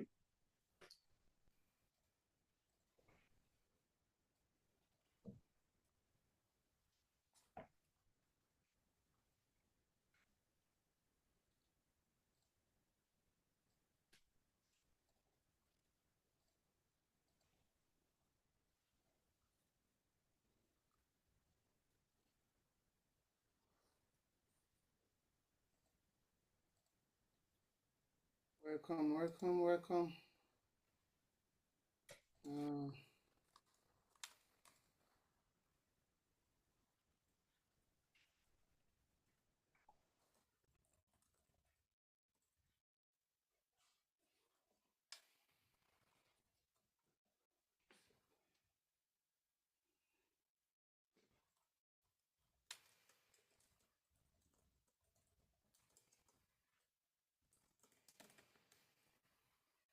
All right. All right. Thank you so much for joining us for our second game. I was told that we can't get the third judge, so we have a replacement. That's part of the case. We'll continue our second game tonight. Will be 3 judges serving on tonight's game. I hope you can have a very entertaining time with us tonight. So I'll be serving as a head judge. I'm Aaron S. Pittman, and along with me, I have my second judge. If you are there, can you please unmute yourself and introduce yourself? Yes, Enoch. I'm gonna be your second judge for tonight, and I'm from Jinan, like University of Jinan, and the city is Jinan. So I look forward to enjoying a wonderful time with all of you tonight. Thank you. All right, thank you so much. So we will have a replacement for our third judge tonight who will be helping us. Our third judge, if you are there, please can you unmute yourself and just introduce yourself for us? The name remained constant. I am Confidence Estel from Harbin Institute of Technology from Harbin City, and it's great to be playing tonight.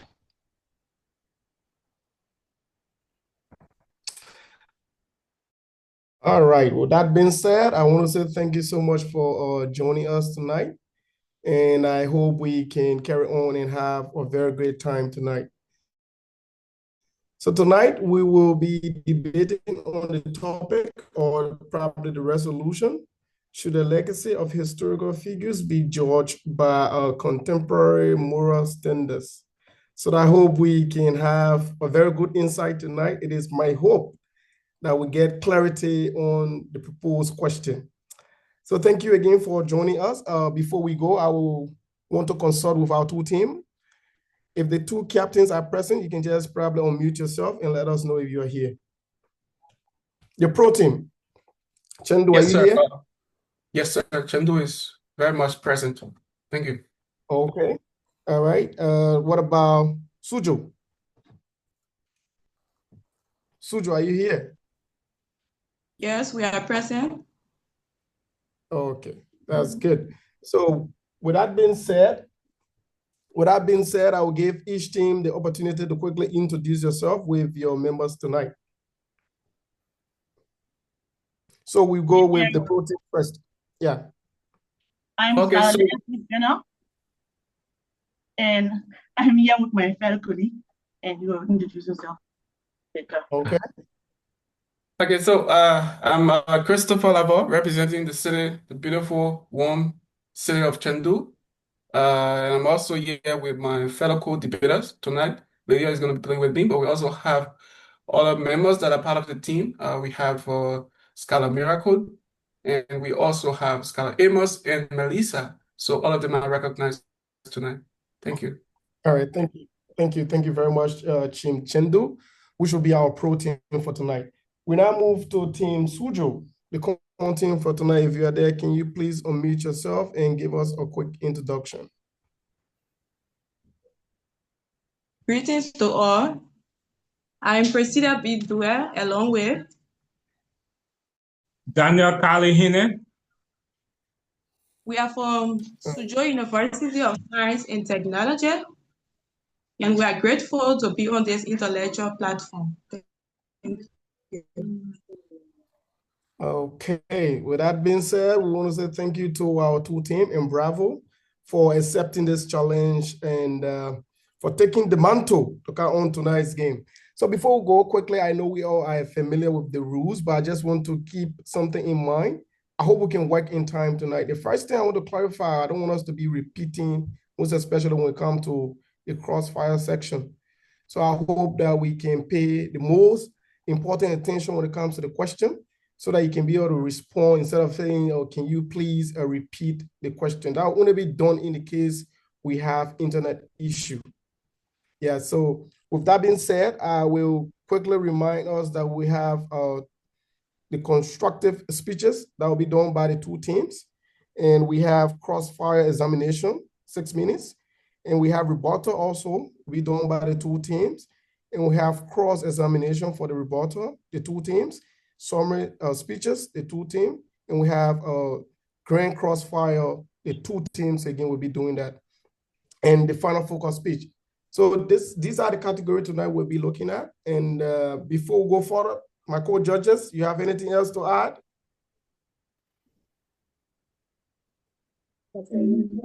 Yes, I think that's it. You spoke on the major points, and I guess that's fine.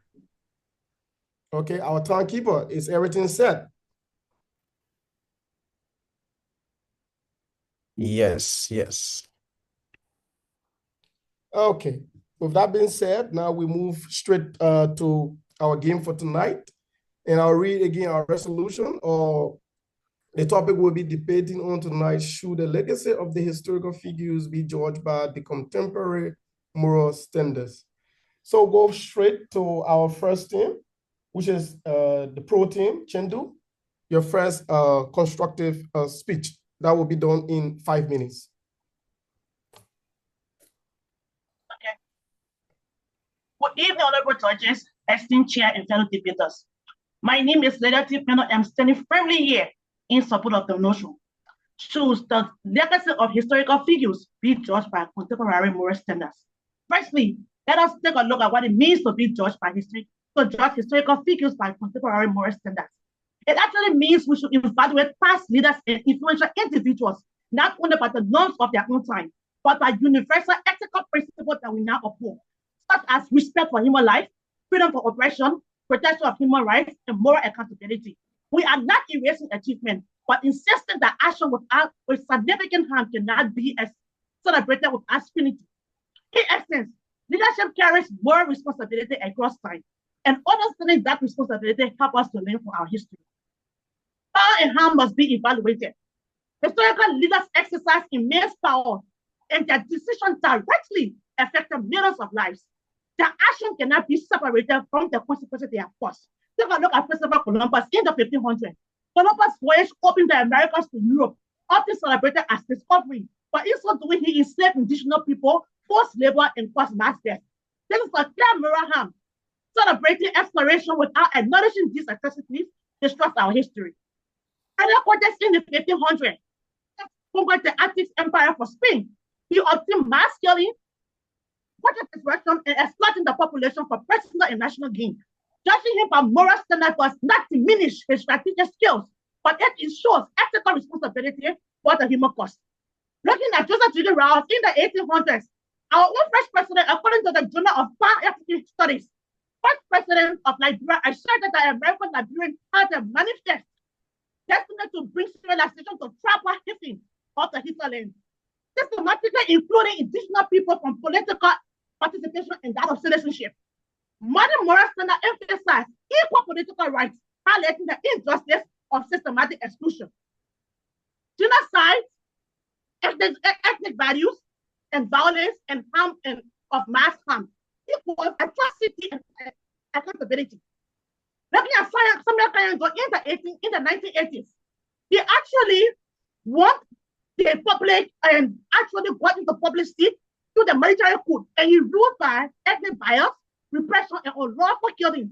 Let's take a look at what happened in the Border Church massacre. Over 600 civilians were killed, including men, women, and children.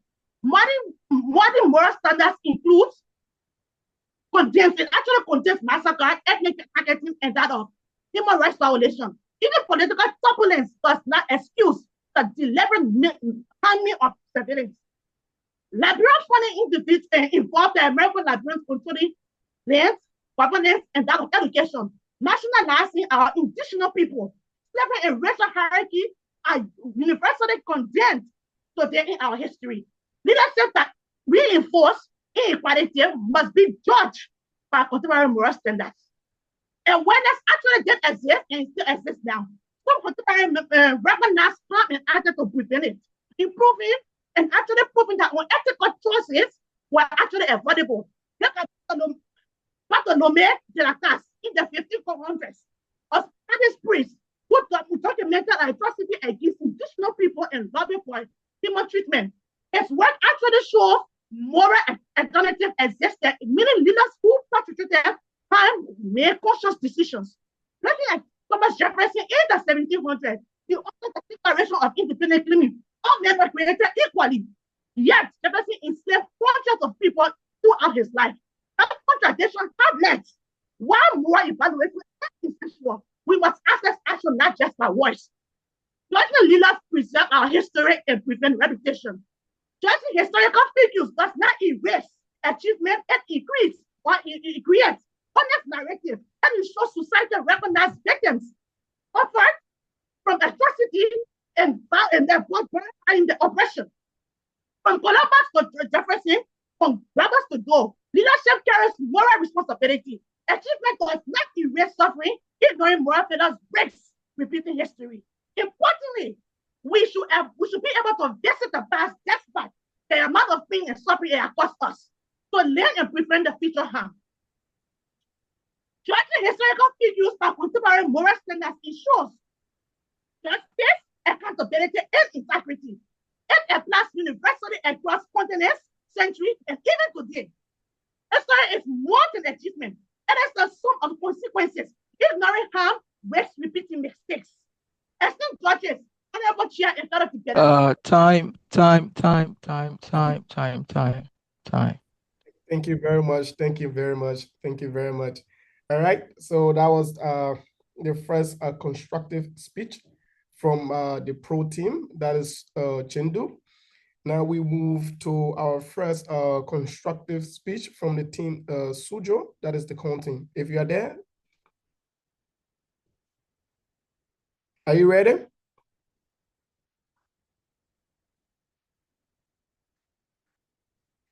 Suzhou. Yes, I'm present. Okay.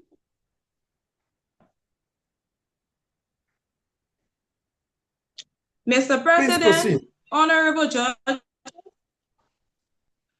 worthy opponents, distinguished ladies and gentlemen, we stand firmly against the motion that the legacy of historical figures should be judged by contemporary moral standards. Our position rests on 5 pillars. 1, barrier across regions and over time. 2, 3, the purpose of judging history is understanding, not condemnation. 4, legacy is multidimensional. that is good and bad coexist. 5. Collective contributions transcend time and benefit humanity today and in the future. Distinguished judges, contemporary moral standards are not universal. What is contemporary morality? Is it a Western liberal democracy? Is it Asian humanitarian ethics? Is it African communal philosophy such as Ubuntu? Even today, moral standards differ between regions, cultures, religions, and generations. Looking at the Stanford Encyclopedia of Philosophy, it confirms that the moral beliefs vary across cultures and eras. If contemporary standards themselves are diverse and evolving, which version should we use to judge the past? To impose a single present-day standard globally is philosophically unstable. Moral relativism and fair blame. Asher and Mettelson argues that the moral blame depends on standards available at the time. Their analysis shows that blame requires realistic moral alternatives. And the second is that it is unfair to condemn individuals for failing to meet standards not socially recognized in their era. Distinguished judges, retroactive moral legislation is considered unjust and immoral. Why apply it selectively to history? The purpose of judging history. Looking at historian Albert Butterfly, he warned against precedents in his book, The Reinterpretation of History. History exists to understand causation, to trace institutional evolution, to learn from complexity, to guide future reform. If history becomes a moral courtroom, it loses its analytical purpose. Like I said, care contains both moral flaws and transformative contributions. To reduce legacy to purity test is intellectually oversimplification. Distinguished judges, let us look at some scientific contributions like Sir Isaac Newton, Newtonian mechanism. He still governs engineering, aerospace, and infrastructure. Looking at Charles Darwin, evolutionary theory, he underpins medicine, genetics, epidemiology, and biotechnology. To conclude, distinguished judges, morality involves context matters, legacy is complex, cultural and scientific contribution is due. Therefore, the legacy of historical figures should not be judged primarily by contemporary moral standards. We acknowledge wrongdoing without erasing civilizational contribution. Thank you. All right. Thank you very much to our two teams for laying the foundation for tonight's debate. So we quickly move to our cross-examination. That will be done in 6 minutes. And we will be using 30 seconds. We'll be using 30 seconds per question and 30 seconds for the response. So we'll start with the pro team. If you are ready for asking your question, you can go ahead and ask the question. Then we give the content another 30 seconds to respond. My first question. If we do not judge historical figures, are we excusing slavery, genocide, and oppression?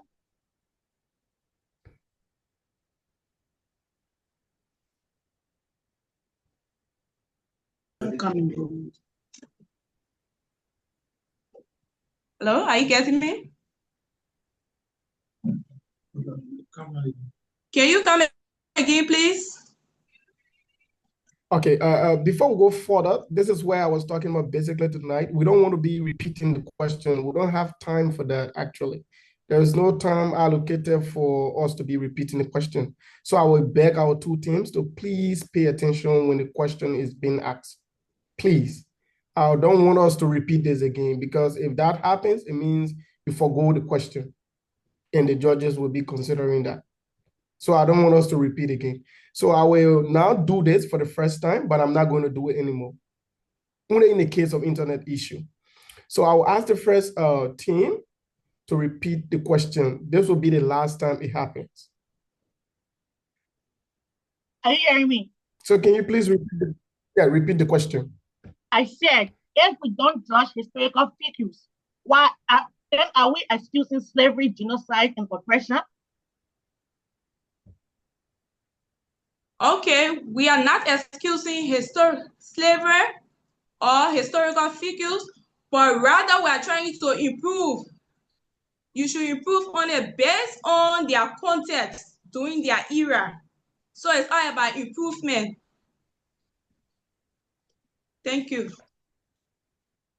Thank you. So we now go to Team Suzhou to ask a question.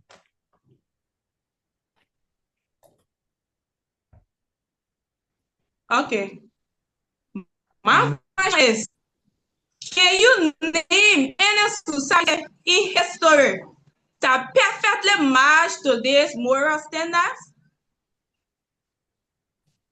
I cannot name any one of them, but all I can say was moral standards was in existence even before our own moral standards. They had their own moral standards. So even judging them by their own moral standard and us judging them by our own moral standard, it means that we are looking at what they did as wrong and we call wrong or harm is or harm. So indeed, moral standard did exist. Time. All right, we will go back to Chengdu for her second question. Okay, we now condemn FGM and marital rape. If we refuse to judge the past, how do we show moral progress?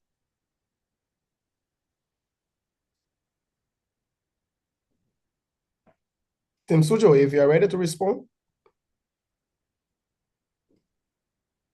Due to your question, for sure, it was a culture that endorsed.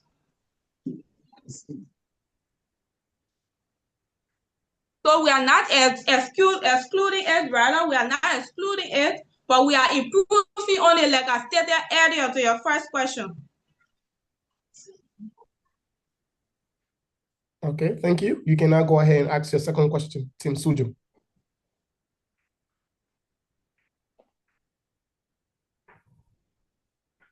Team Suzhou, your second question, please.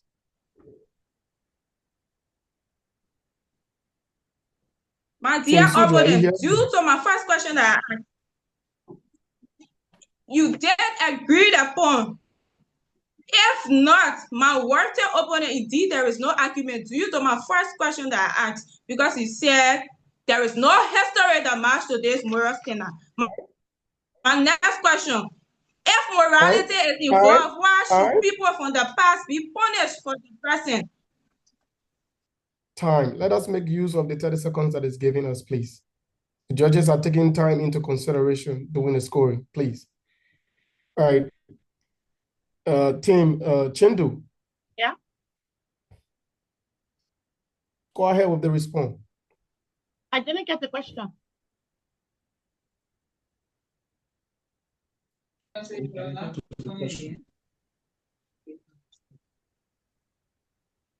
Can I go ahead?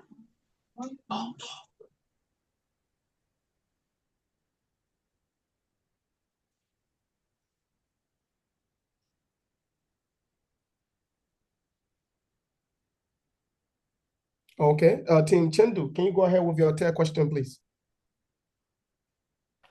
Okay, my third question. If some people opposed slavery at that time, doesn't that prove historical figures have or actually had moral alternatives?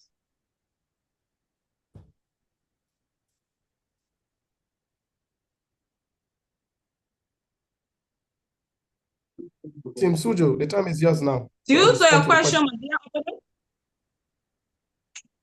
there is no moral alternative. During that time, there was no moral alternative and slavery was legal at that time. Thank you. All right, thank you very much. Can you go ahead with your third question, Team Suzhou? Yeah, a third question, please. Third question. Should we accept that we are morally inferior to people who have not been born yet? based on contemporary moral standards that we have in place now, can you draw that line? Okay, I can clearly state that we are not ready inferior to people that are not yet born. Because at the end of the day, even our own moral standards will be questioned by our next generation. So we are not opposing to moral standards for contemporary leaders or historians to be judged by our own moral standards. Because in the latter days, our own moral standards is going to be judged, and our own historian too, our own PQ is going to be judged as well. Thank you very much. Team Chengdu, can you go ahead with your last question? Okay. Moral progress required nourishing the past was wrong, openly and clearly. So if you say that FGM was actually a quattro thing, so are you saying that even if it was a quattro thing, was it not widely accepted? People didn't see it as wrong? Team Suzhou, can you please respond? Yeah. To respond to your question, it was ignorance that led them to that. Thank you. Your final question, Team Suzhou. My final question, my worthy opponent. If moral standards keep changing, where does your judgment stop?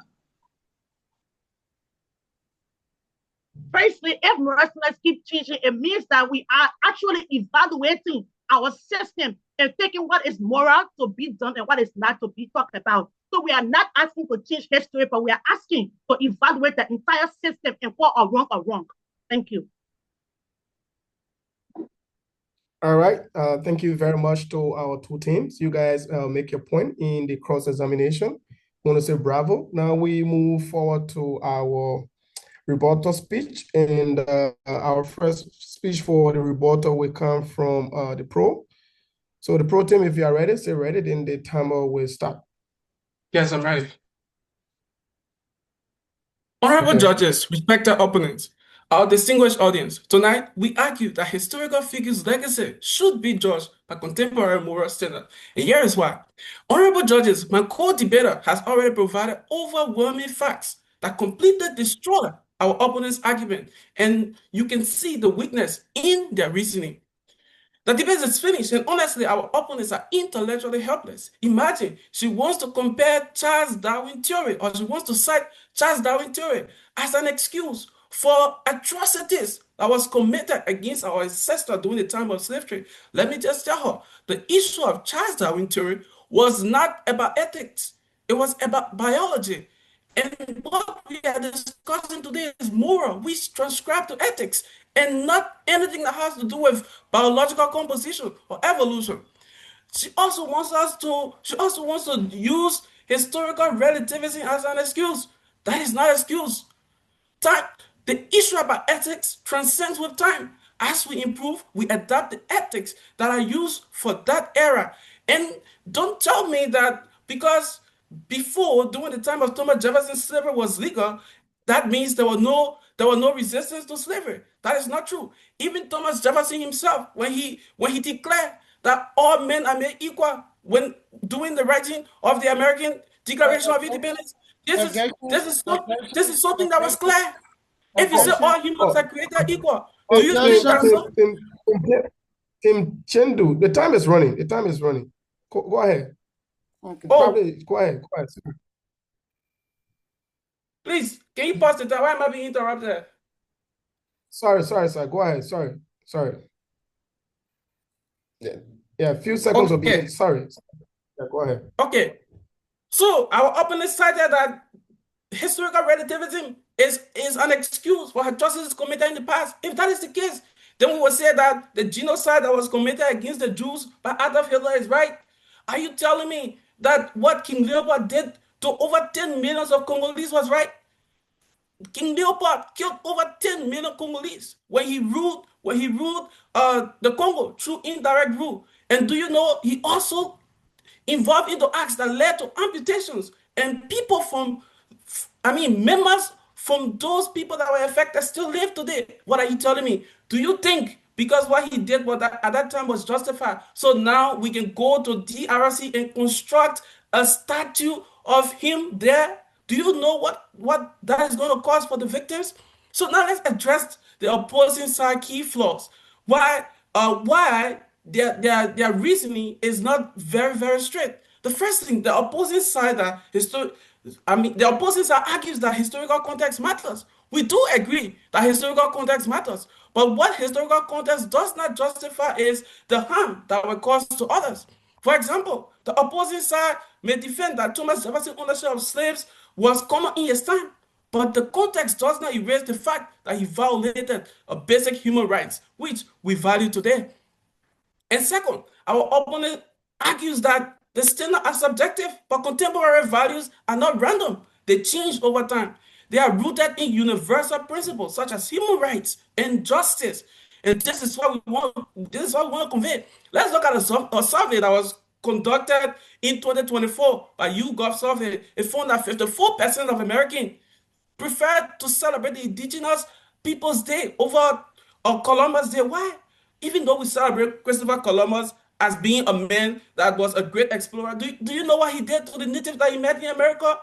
He almost killed all of them. And that is something that descendants from those people still feel today. So do you think such a man should be celebrated in the society because simply killing and expansionism was right during his time? We say no. And lastly, who should legacy serve? Who should legacy serve? Who are legacy made for? Who are they impacting? They are clearly impacting the living. So we should prioritize people that are living today.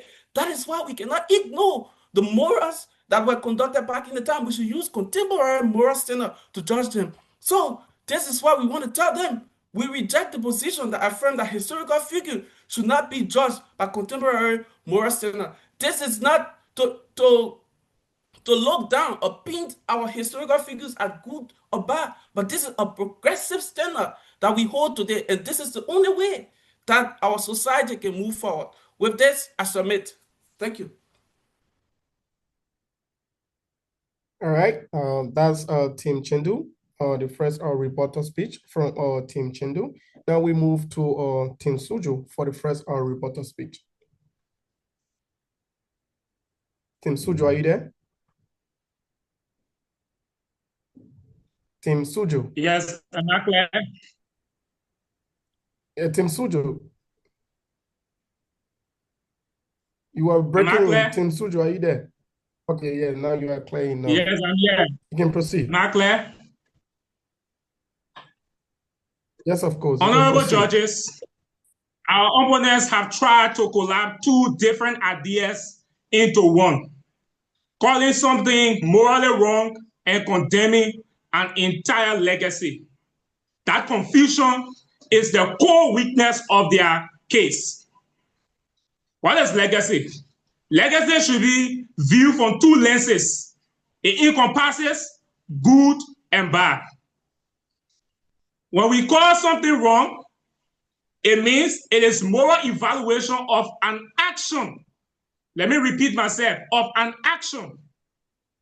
Judging legacy means it's an evaluation of a person's overall historical impact and significance.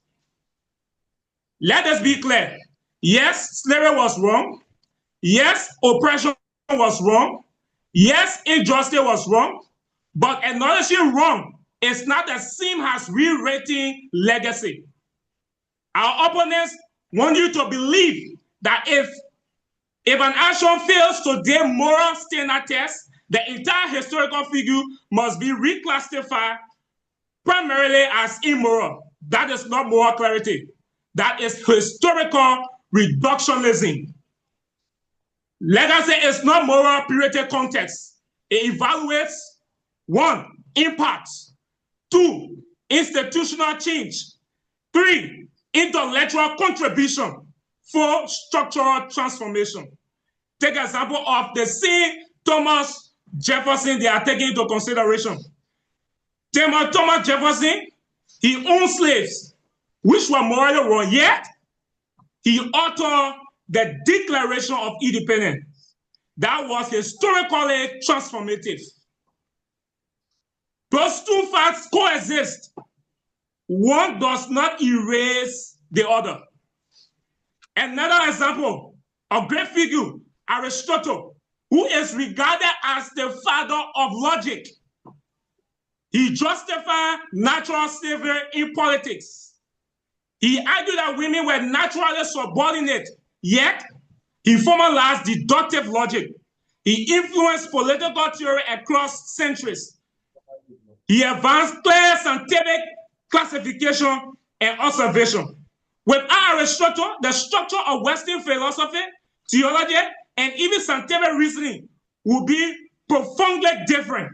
If we judge every historical figures exclusively by the 21st century framework, we commit what historians call presentism, which is the projection of modern moral standard onto society that did not have them in their possession.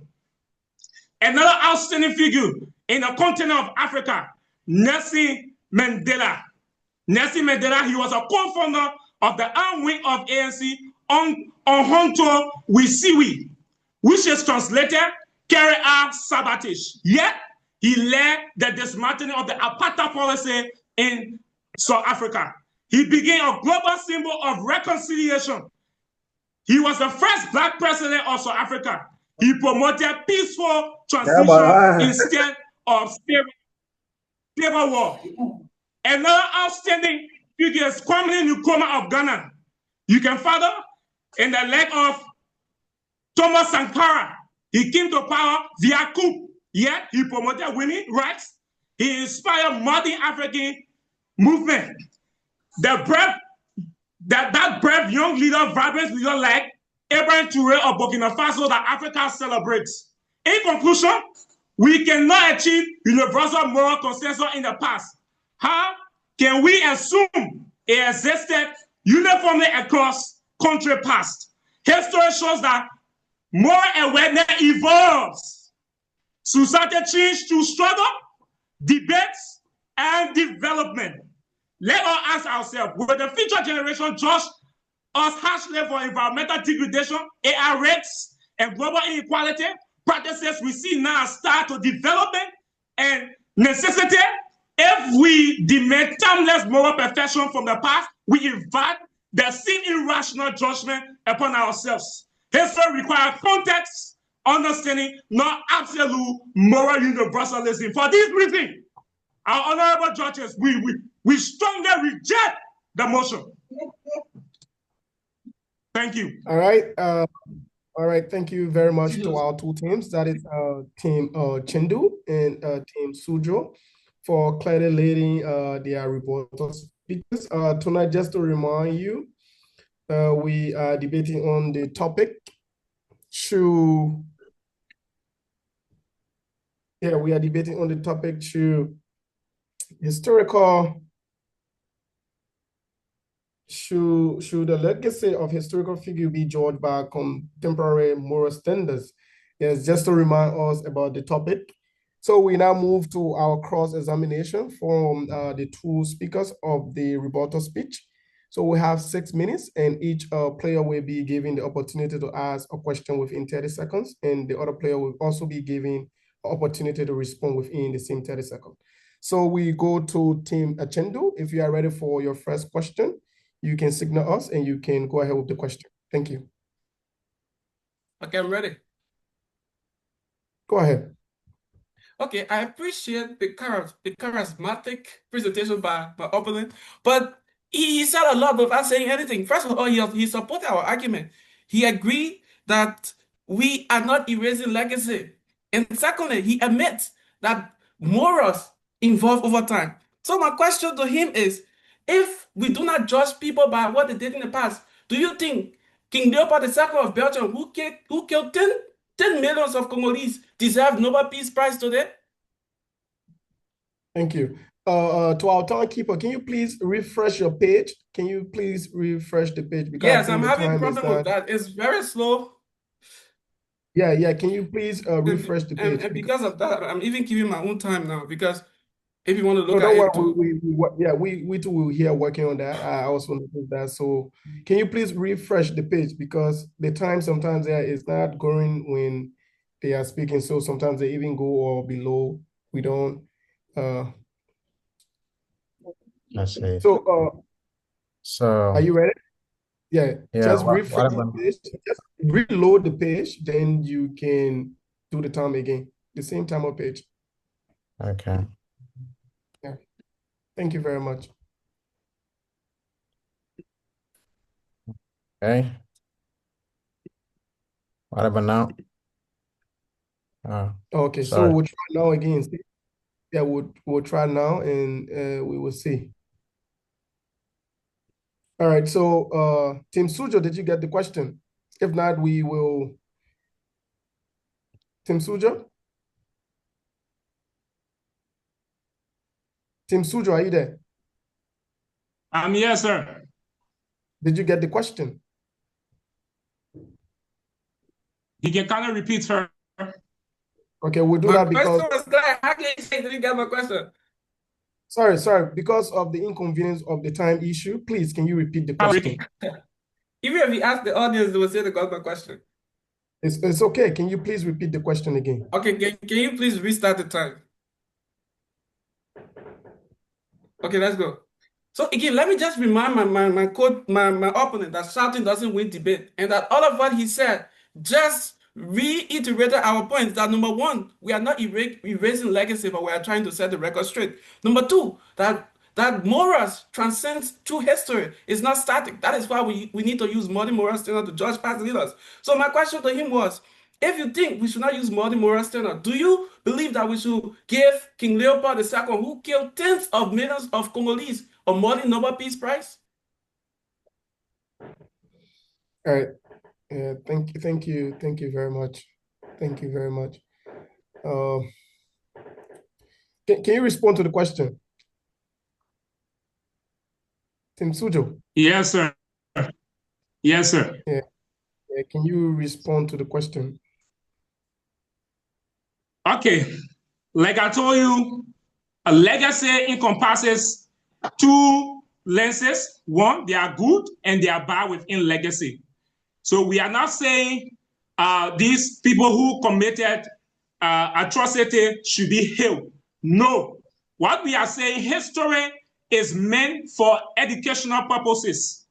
Secondly, the contemporary moral standard we want to judge against does not reach perfection to judge time past. Thank you, sir. Thank you very much. Thank you very much. Actually, even me, I'm facing a problem with the time. I don't know if it's possible for us to actually refresh the timer page because sometimes they go above the time actually. Yeah, I don't know if it is still because it's still happening. Yeah, can you refresh the page so we see? Yeah, I think you have to just refresh. Copy it, keep it, and just refresh the page and see.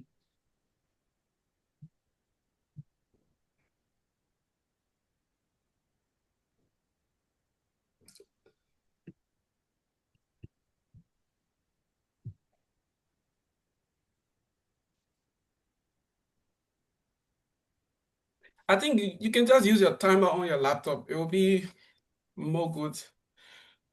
Okay. All right. Team Chengdu, can you go ahead with your second question?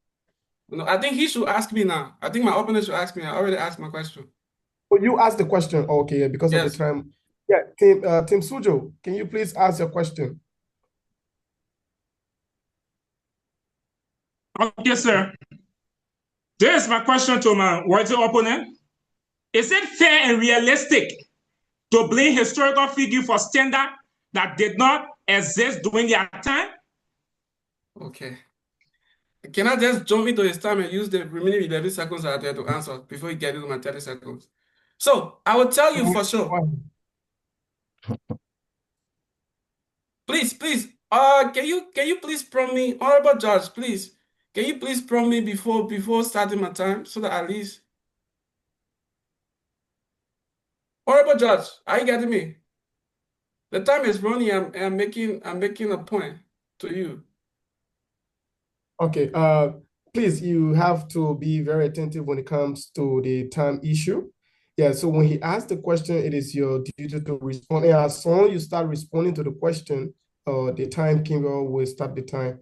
So can you please start the time again so he responds to this question? But let's be attentive to the debate, please. Thank you. Okay. Your Thank you. time starts now. All right. Thank you. That question is what I really hope that you were going to ask me, because I know ChatGPT doesn't give much option. There is no evidence to prove that moral standard never existed back in the days.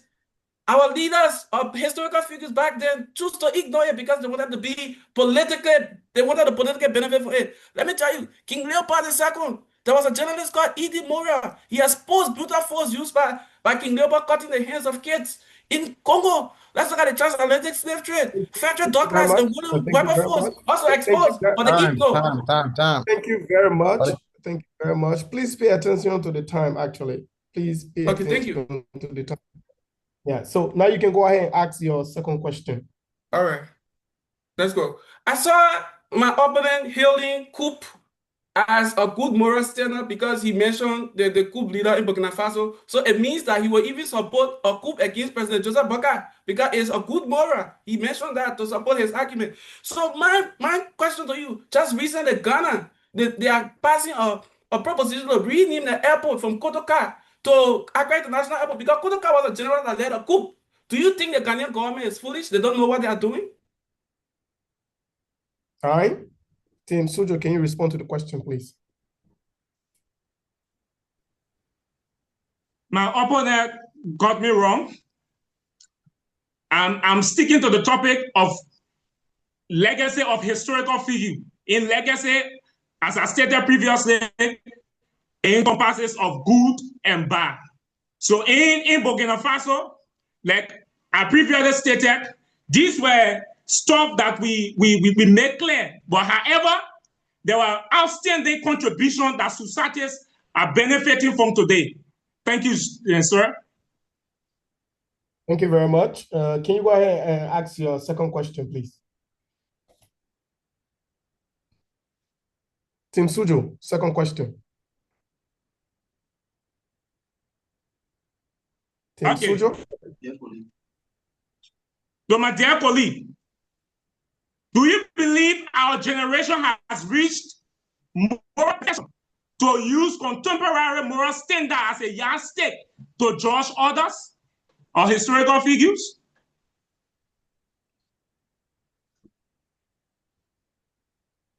Okay. Team Chengdu, your time starts now. All right. So moral standard transcends through history. That is the first thing you should keep in your mind. That means we learn from our past and improve the present. That means what happened in the past should conform with moral standard that we have today. That is the yardstick we use to judge it. That is not erasing history. That is correcting the wrong. What was wrong before? Genocide was wrong before. When millions of Jews were killed, it was wrong. So we classify it as wrong. Even if we go back to the centuries of 18th centuries, we'll classify it as wrong. Slavery was wrong. So judging by that, we use moral standard to evaluate what historical figures did in the past. I don't know if I still have time. Okay. Can you go ahead and ask your third question, please? Okay. Let me ask my judge. Let me ask my fellow opponent, because he said that what happened in the past will stay in the past. Let's look at our capital city, Monrovia. Do you know that it was named after an American president called James Monroe? Do you know that James Monroe was a president that owned slaves? He enslaved our ancestors, but yet we honor him. We say thank you, James Monroe, for enslaving our ancestors. We name our capital city after him. Do you think the name of Monrovia should be reconsidered or not? All right. So yes, Team Suzhou, can you respond to the question, please?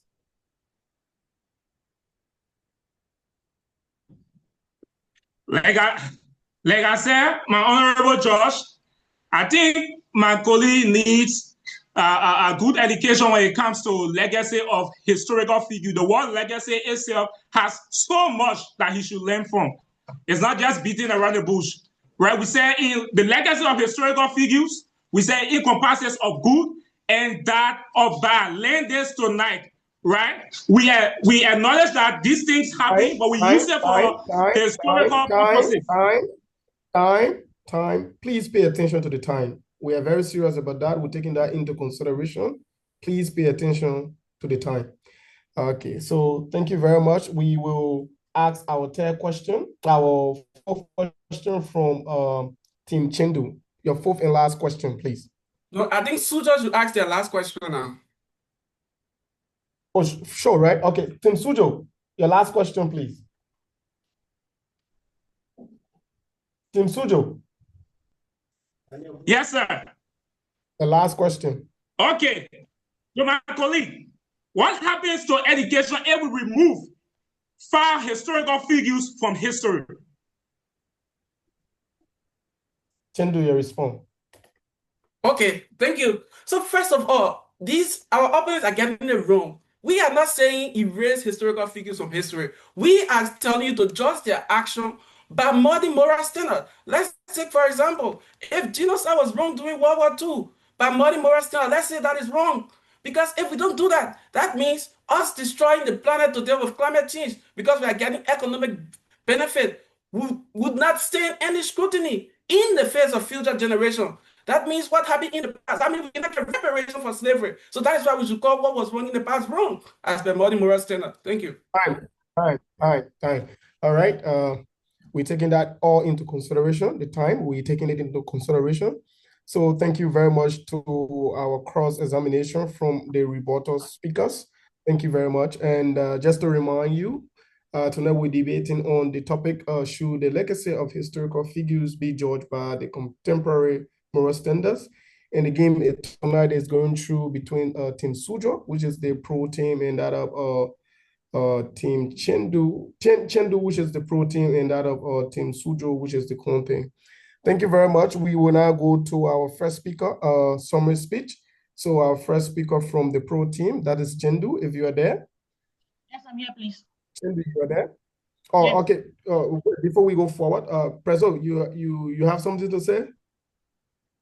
Yeah, just maybe to you so that you can ask the debaters if they are okay with the time or if they need us to switch maybe to another person to present. But if they're okay with the timer, because I don't want a situation where somebody will say they weren't giving or the time was glitching and all of that.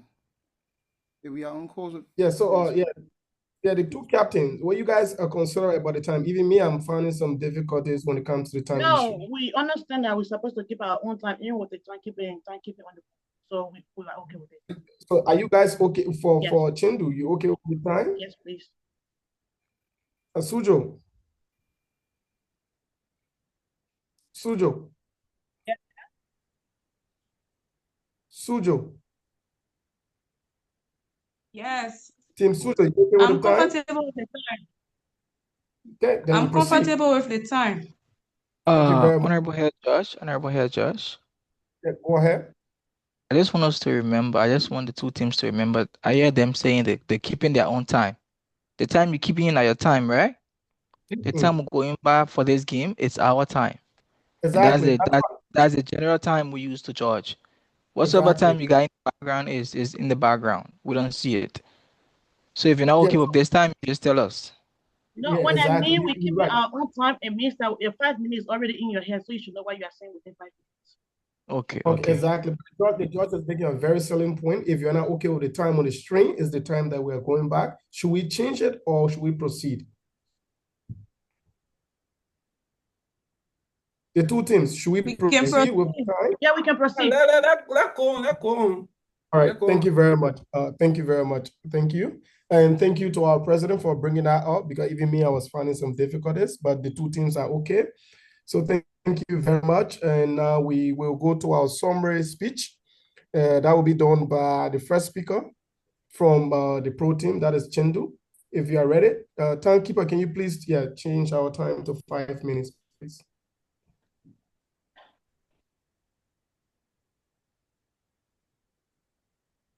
Yeah, Team Chengdu, are you there? Yes, please. Go ahead.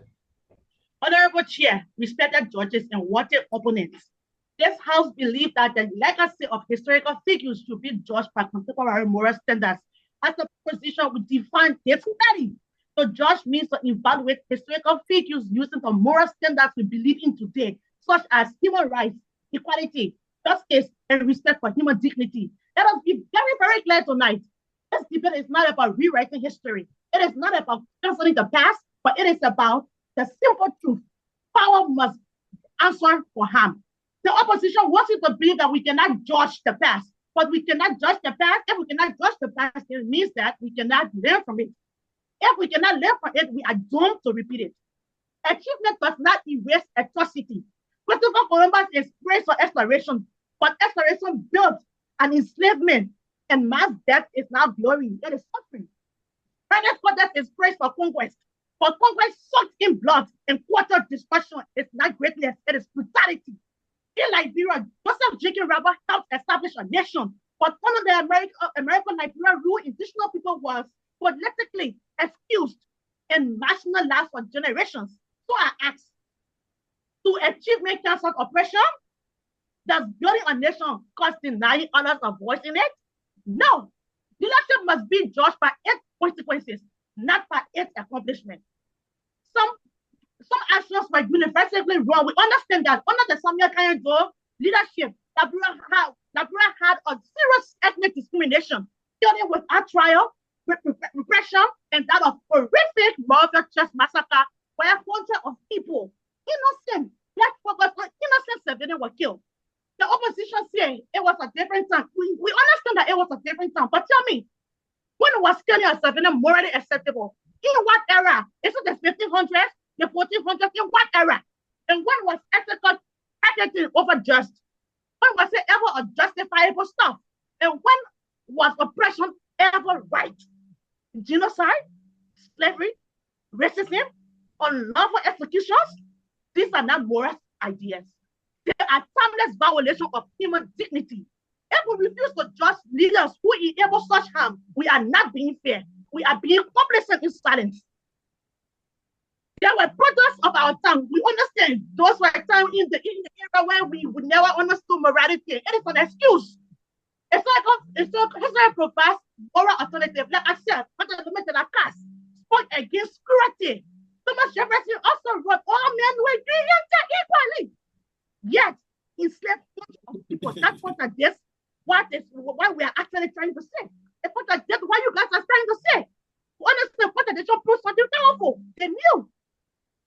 They understand that they understood justice and they chose differently. When leaders choose oppression over equality, violence over protection, and exclusion over inclusion, this is not just ignorance. This is what makes it a moral decision. Understand? And a moral decision deserves moral judgment. Judgment is not erasure, it is responsibility. We are not erasing history. We are demanding honesty. We should be able to visit the past even when it brings pain and discomfort, because that discomfort teaches accountability. If we synthesize history, we excuse atrocities, and we hide behind different times. What our opponent is doing right now, we weaken our moral backbone of society. History is not just a list of achievements, it is a record of consequences. Honorable judges, from the colonial violence to slavery to political exclusion in Liberia and to ethical killings, what you stands? Leadership shapes lives. And when leadership causes suffering, we must be able to judge them, not out of ignorance or ignorance, not out of revenge, but out of moral growth. We cannot evaluate the past ethically. Then, if we cannot evaluate the past ethically, then what is the means of justice? It becomes meaningless. For accountability, court of ethics and for the future, which fully affirm that historical figures being judged by contemporary moral standards. Thank you. All right. Thank you so much to Team Chengdu for that summary speech. Now we move to Team Suzhou for the final focus, the summary speech. But before we do that, let's try to change the time. So give us a few seconds. Okay. All right. Thank you very much. So Team Suzhou, are you ready? Team Suzhou, are you ready? Yes, I'm ready. All right, thank you. Team Suzhou, you can now proceed with your summary speech. If you are ready, say ready, your time will start. Ready. My dearest opponent, historical figures should be judged by their past, not by contemporary moral standards. We argue that judging historical figures solely by contemporary moral standards is historically inaccurate and scholarly unsound. First, professional historiography explicitly warns against presentism, the projection of modern values onto past societies. Presentism is widely regarded as a distortion because it ignores the intellectual, the cultural, and structural constraints within which historical actors operated. Evaluating individuals outside their historical context undermines accurate historical understanding. Secondly, moral standards are not static. Analyzing in the modern relativism published by Stanford Encyclopedia demonstrates the moral norms vary across in periods of time. Reducing legacy to contemporary moral judgment oversimplifies historical complexity. Historical figures often embody both significant contributions and serious moral failings. A comprehensive evaluation must account for context, constraints, and societal norms rather than applying a single moral lens. My dearest opponent, finally, adopting the motion creates moral instability. As every generation judges their past by its own evolving standards, then all historical figures and eventually ourselves become subject to perpetual moral invalidation. This approach risks transforming historical study into retrospective moral persecution rather than informed understanding. To conclusively conclude, while harmful actions in history should be acknowledged and critically examined, the legacy of historical figures should be evaluated within their historical context, rather than judged exclusively by contemporary moral standards. Contextual analysis preserves both intellectual integrity and ethical reflection without omitting methodological distortion. Thank you. All right. Thank you very much to our final summary speech from Team Suzhou. Thank you very much, and thank you too for also considering the time. Thank you. So now we move to the grand crossfire. This will be for 8 minutes. So each team will be given opportunity to ask question and respond to each question that will be asked. So before we go, let's just remind you that we're debating tonight between Team Chengdu and that of Suzhou. Team Chengdu is the pro team and Team Suzhou is the con team, and we are debating on the topic, should the legacy of historical figures be judged by contemporary moral standards? So now let's go into our grand crossfire. We'll start with Team Chengdu with the first question. Okay, thank you very much. My first question: are slavery, genocide, and racism universally wrong? If yes, why should we suspend the moral judgment when discussing the past? If no, then on what basis do you condemn them today?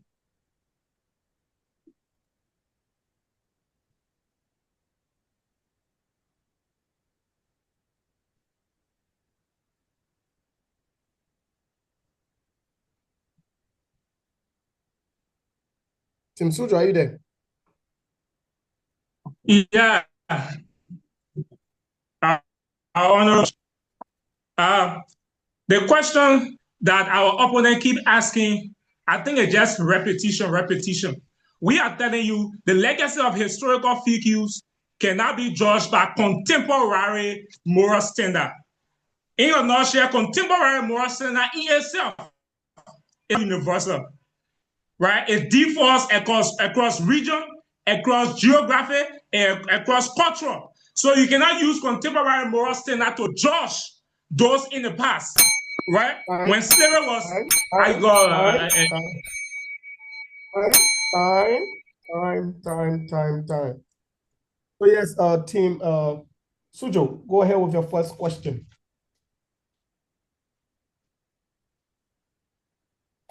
Team Suzhou. Yes. My question is, if no one survives your standard, is that realistic? If my standard is not survived by anyone, it is not realistic. So meaning, even if there will be time where people will still come up with a new standard. So my standard today will still be in order with another standard for tomorrow. In the past, people have standards, and today we look at that standard and to add to our own standard to create a standard. So even in the future, there will be another standard where our own standard will be placed into. Thank you. Okay. Team Chengdu question. I'll go.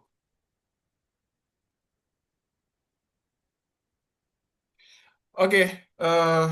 So our opponents are saying that a standard from the past should not be compared with modern standard. That means what's happening in the past should stay in the past. So I want to ask them if those of us that are living today are affected by the consequences of actions from the past, what should we judge them? Why should we not judge them by contemporary moral standard? If what they did in the past is affecting us today, why should we not judge them by our standard today? Can you tell us?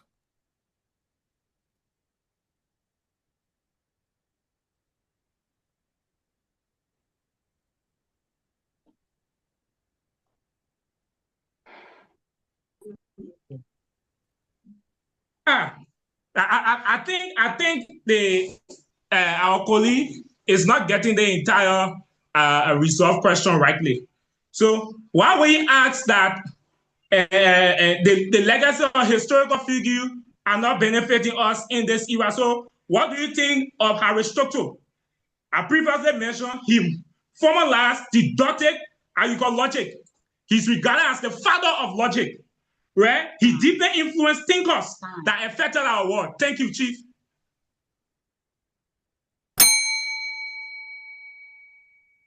All right, team Suzhou. Thank you, team Suzhou. Now, team Chengdu, your question. Now it's Team Suzhou's question. Not us. Oh, Suzhou, your question. Thank you, your question. Okay. My question Suzhou, is, your question. are we studying history or putting it on a trial? Are we studying history or are we putting it on a trial? Okay, let me answer that. First of all, we are putting history into context. We are not just blindly accepting those standards that were used back in the days that caused pain and suffering. We are not sanitizing history. You want to sanitize history? We are not sanitizing history. We are telling the truth, and we are comparing it to standards that we hold very precious and of high essence today. Because if we do not do that, that means our climate change that is damaging the climate today because we want a little bit of economic benefit is not going to be put under the microscope by future generations. And that is not a good precedent we want to set. Thank you. Thank you very much. Team Chendu, go ahead with your question. You know, when our opponent was speaking, she said something. She said they shouldn't be judged by the moral standard by their past. So if they are to be judged by their past, right? What about Jim Badon or Pokosa? The Central African Republic was right to change the country from the rule of monarchy. Was it good that it changed from monarchy to democratic?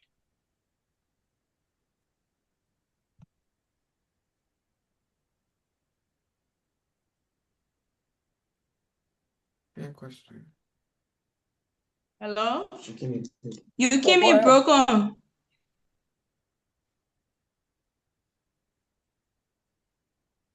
So, Honorable Judge, can we repeat the question? Because you keep me broken, even from my side. Please repeat the question, please. Okay, I'm go ahead, asking, repeat the question, please. Is it right for Jim Badel of Central African Republic, who was in the chance to, who had the right to change the country from democratic to monarchy?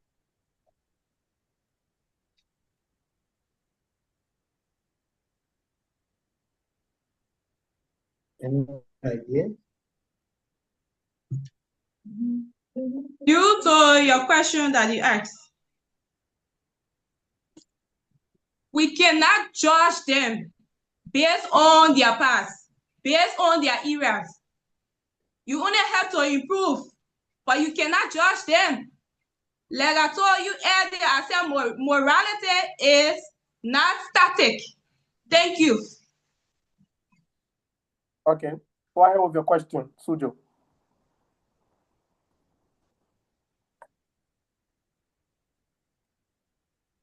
My next question.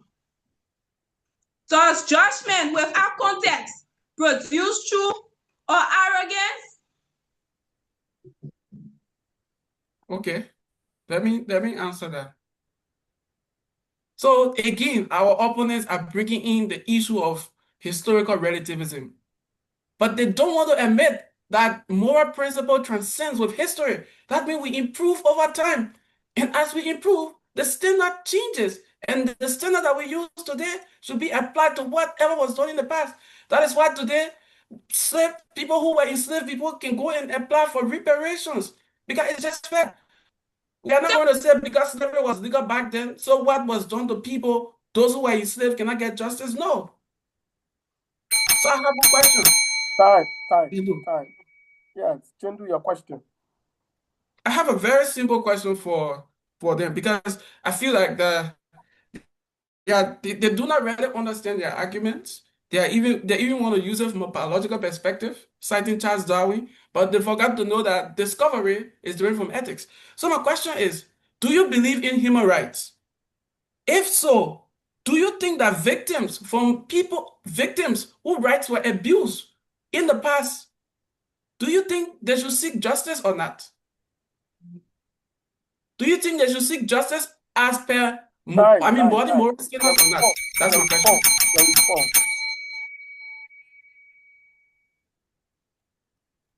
Okay. Honorable judges, I think our colleagues are pushing presentism, and this weakens their argument. I'm telling you, human rights differs across region. The one you call human right in Liberia, it differs from human right in America and in China. For example, in America, they endorse same-sex marriage. So is that universal? No. So in the era, morality then evolves up to contemporary, you got moral standard. Thank you. So they not address the victims. Okay. That is of course that is not your point to make, but we move to Suzhou for your question. Suzhou, your question, please. Yes, our honorable judges. If morality evolves, like our opponent have agreed, how can we fairly impose current standard on past societies?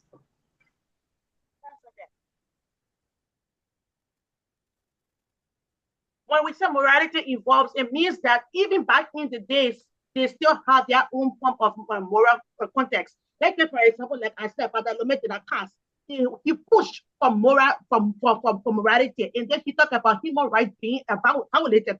So even if in the present we can still evaluate our own morality based on their own past morality. Thank you. Okay, Team Chengdu, your final question, please. Okay. Do human rights depend on geographic and era? If rights are universal, shouldn't they apply across time? And if rights change with time, does human dignity change too?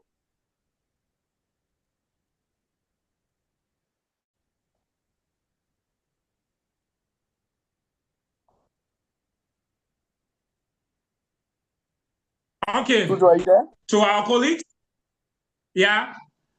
to our colleagues, we want to be clear on this. We are telling you historical legacy has impacted development, and also morality changed over time based on informed knowledge. So contemporary moral standard now cannot be used as a yardstick against people of the past. Thank you.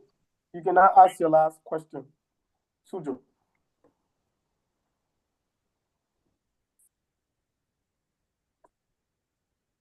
Okay. Suzhou, your last question.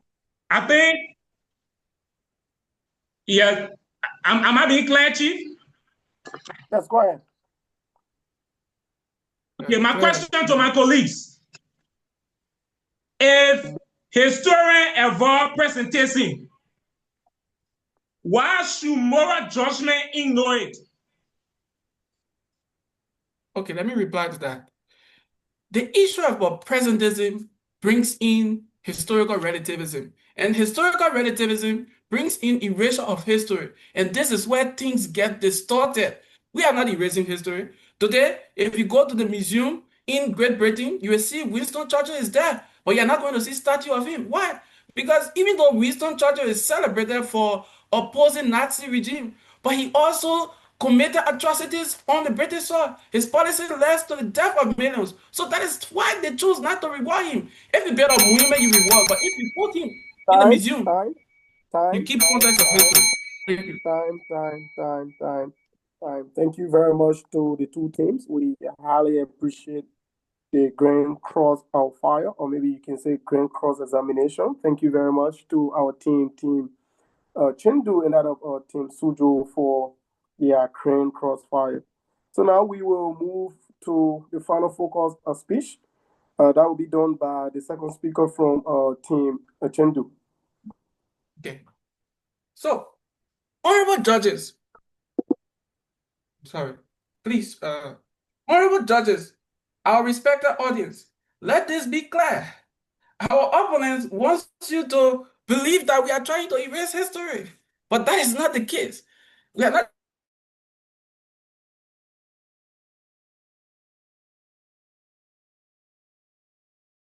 history, just as it occurred in the past. We're not trying to cover up for anyone. We're not just trying to say, oh, this man invented this, but then cover up for genocidal acts that were committed. That is what our opponents are proposing. Our opponents are saying, if we name Monrovia after James Monroe, it is right, we should be happy because James Monroe enslaved our parents, he enslaved our ancestors. It happened in his time, so we should not judge him for it. He was right for doing it to us. Today, he is telling the Ghanaian government that they are foolish or they don't understand the context for which they are changing the Kotoka Airport's name to Accra International Airport, which is something that matches their current moral standard, which is democracy. Because they cannot stand for democracy, and then they have an airport that is named after a general that carried coup, that toppled their first president, Dr. Kwame Nkrumah, who has gone down in history as the father of Ghana. That is against the moral standard. So this is what we mean by historical figures' action should be judged by modern moral standards. So let us be clear. It is not about blaming people for lacking the insight that we have today. It is about honoring the harm that they caused and affirming the progress that we have made and calling what is black and what is white as per the standard that we have today. So if you look at Liberia is the oldest country in Africa, but they also committed atrocities. When the American Liberians came, what they did, they blocked the indigenous people from voting. Indigenous people had no voting right. This went against the fundamental human rights principle and collective dignity. But then, why did it change? Should we say that, okay, our previous parents did not allow them to vote? We should not allow them to vote. Do you want us to continue with that narrative? But no, they judge according to modern standard. That is the inclusiveness of everyone in a democratic society. That is why they were able to arrive to the conclusion to allow the local people to vote. And let's look at another scenario wherein Thomas Jefferson is being hailed as a great leader. But do you know that he also enslaved a lot of African Americans? Do you know that he enslaved despite him writing that all men are created equal? This is what we want you to understand, that we should not just celebrate blindly, but we should understand history with context. This is not erasing history. And this is the greatest flaw of our opponents. They are confusing understanding context with excusing harm. They say that our standards are subjective, but this example proves otherwise. Let's look at the survey that was conducted in America in 2024 by YouGov. It tells you that 54% of Americans They approve of Columbus Day over indigenous people. Or they approve of indigenous people day over Columbus Day. Why? Because they believe that the history that we have is the moral standard that we have is to serve the present. Because they are victims of Christopher Columbus' action from the past. Even though he was celebrated as a great explorer, but at that time, expansionism and territorial expansionism was common among empires. And that is how, after the discovery of America, a lot of people were killed in cold blood. So these people that are living today feel if we do not judge Christopher Columbus by modern moral standard, which is human right and human dignity and genocide, that is not going to be good for them. So 54% of Americans approve of this. Are you going to say they are foolish? They don't know what they are doing? We said no.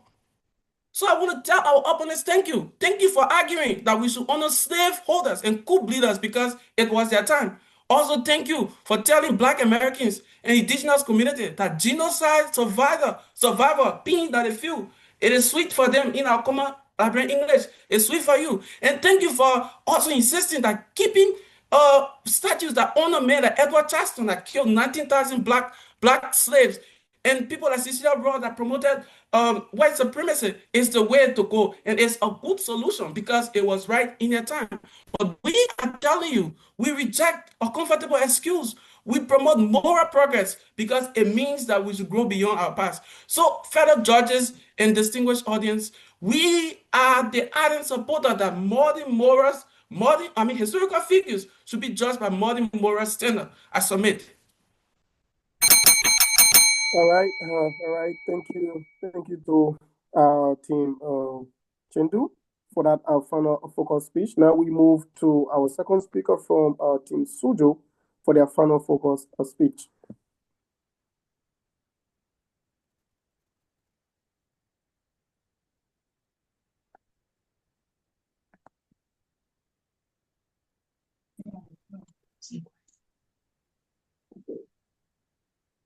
So please, judges, we are sending our facts link in the comment section. I hope you are taking note. Thank you. Team Suzhou, your final focus speech. Are you there? Yes, sir. You can proceed. Honorable judges, are contemporary standards static, perfect, or universal? Absolutely no. If no, then this debate comes down to a fairness on the following reasons. One, even today, moral standard differs across culture and geography. If some actions were always wrong, then moral agreement should be universal, at least in the present time. But it is not. Across different regions in society today, we see deep disagreement about one, capital punishment. In China, severe corruption and bribery is punishable by death. That's a moral standard. In Liberia, severe corruption and bribery is punishable by asset freezing, dismissal, and imprisonment. 2, freedom of speech. 3, gender norms. In America, same-sex marriage is endorsed. In Liberia, no. 4, economic justice, abortion, religious authority, among others. Even within the same country, generations and community disagree sharply on moral questions. So when the pro side say always wrong, we must ask, whose morality, which culture? Moral diversity today weakens the claim of timeless moral consensus in the past. Number 2, universal moral consensus is historically rare. Throughout history, moral transformation has been gradual and contested. Practices now condemned, such as slavery or discrimination, were once normalized across entire civilization. If something were universally always recognized as morally wrong, it would not have required sense of debate and to be acknowledged. But awareness involved. This does not excuse justice, but something come to timeless consensus. Number 3, blame requires realistic alternatives. For moral blame to be meaningful, 3 conditions must exist, my honorable judges. 1, awareness that an action is wrong. 2, social and intellectual access to alternative moral framework. 3, realistic ability to act differently. It is weaker when individuals operate with a normalized system with limited alternatives. With unrealistic alternative, condemnation become retroactive moral legislation. And retroactive legislation is widely considered unjust, which our opponent are proving that is called presentism. Number 4, if we apply their principle, nearly all historical figures become disqualified. If the pro principle is applied consistently, if consequences are radical, if moral perfection becomes the standard for recognizing legacy, civilization loses its founders, intellectual history collapses, institutional heritage becomes moral illegitimate. This approach does not promote justice. It erases complexity. Honorable judges, I want you to understand that human beings are a mixture of 1, insight and limitation, progress and prejudice, vision and constraint. To reduce them to a single moral verdict destroy historical nuance. In conclusion, recognize moral failure, yes. Redefine entire life by it, no. History is complex.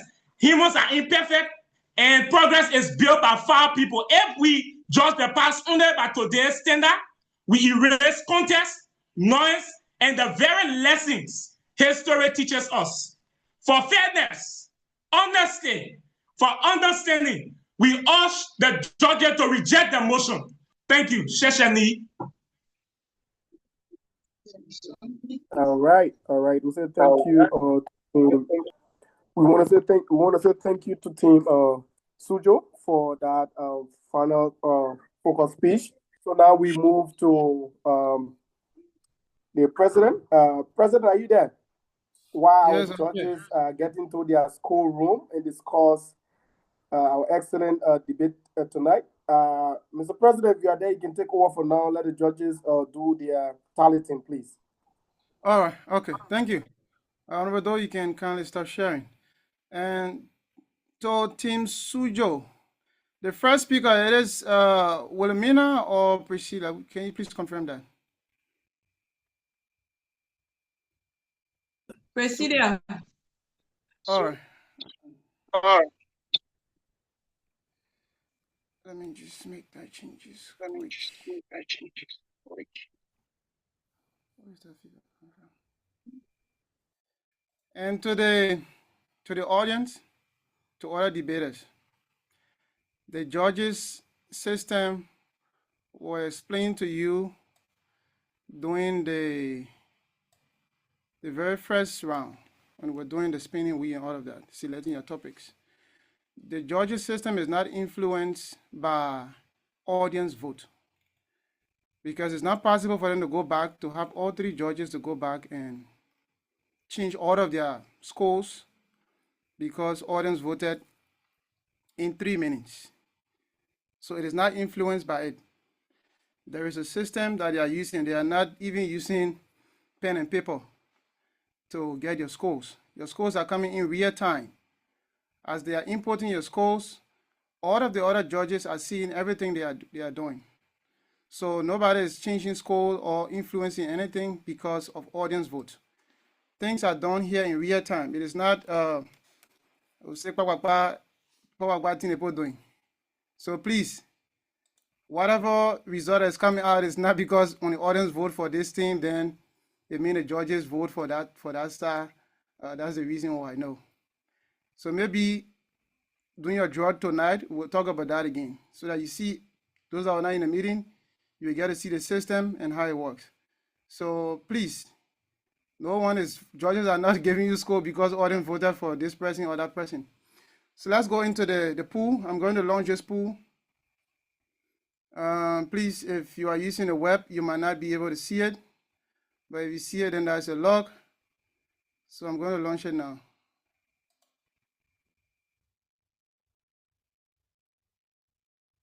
You should see it on your screen. I hope everyone was captured.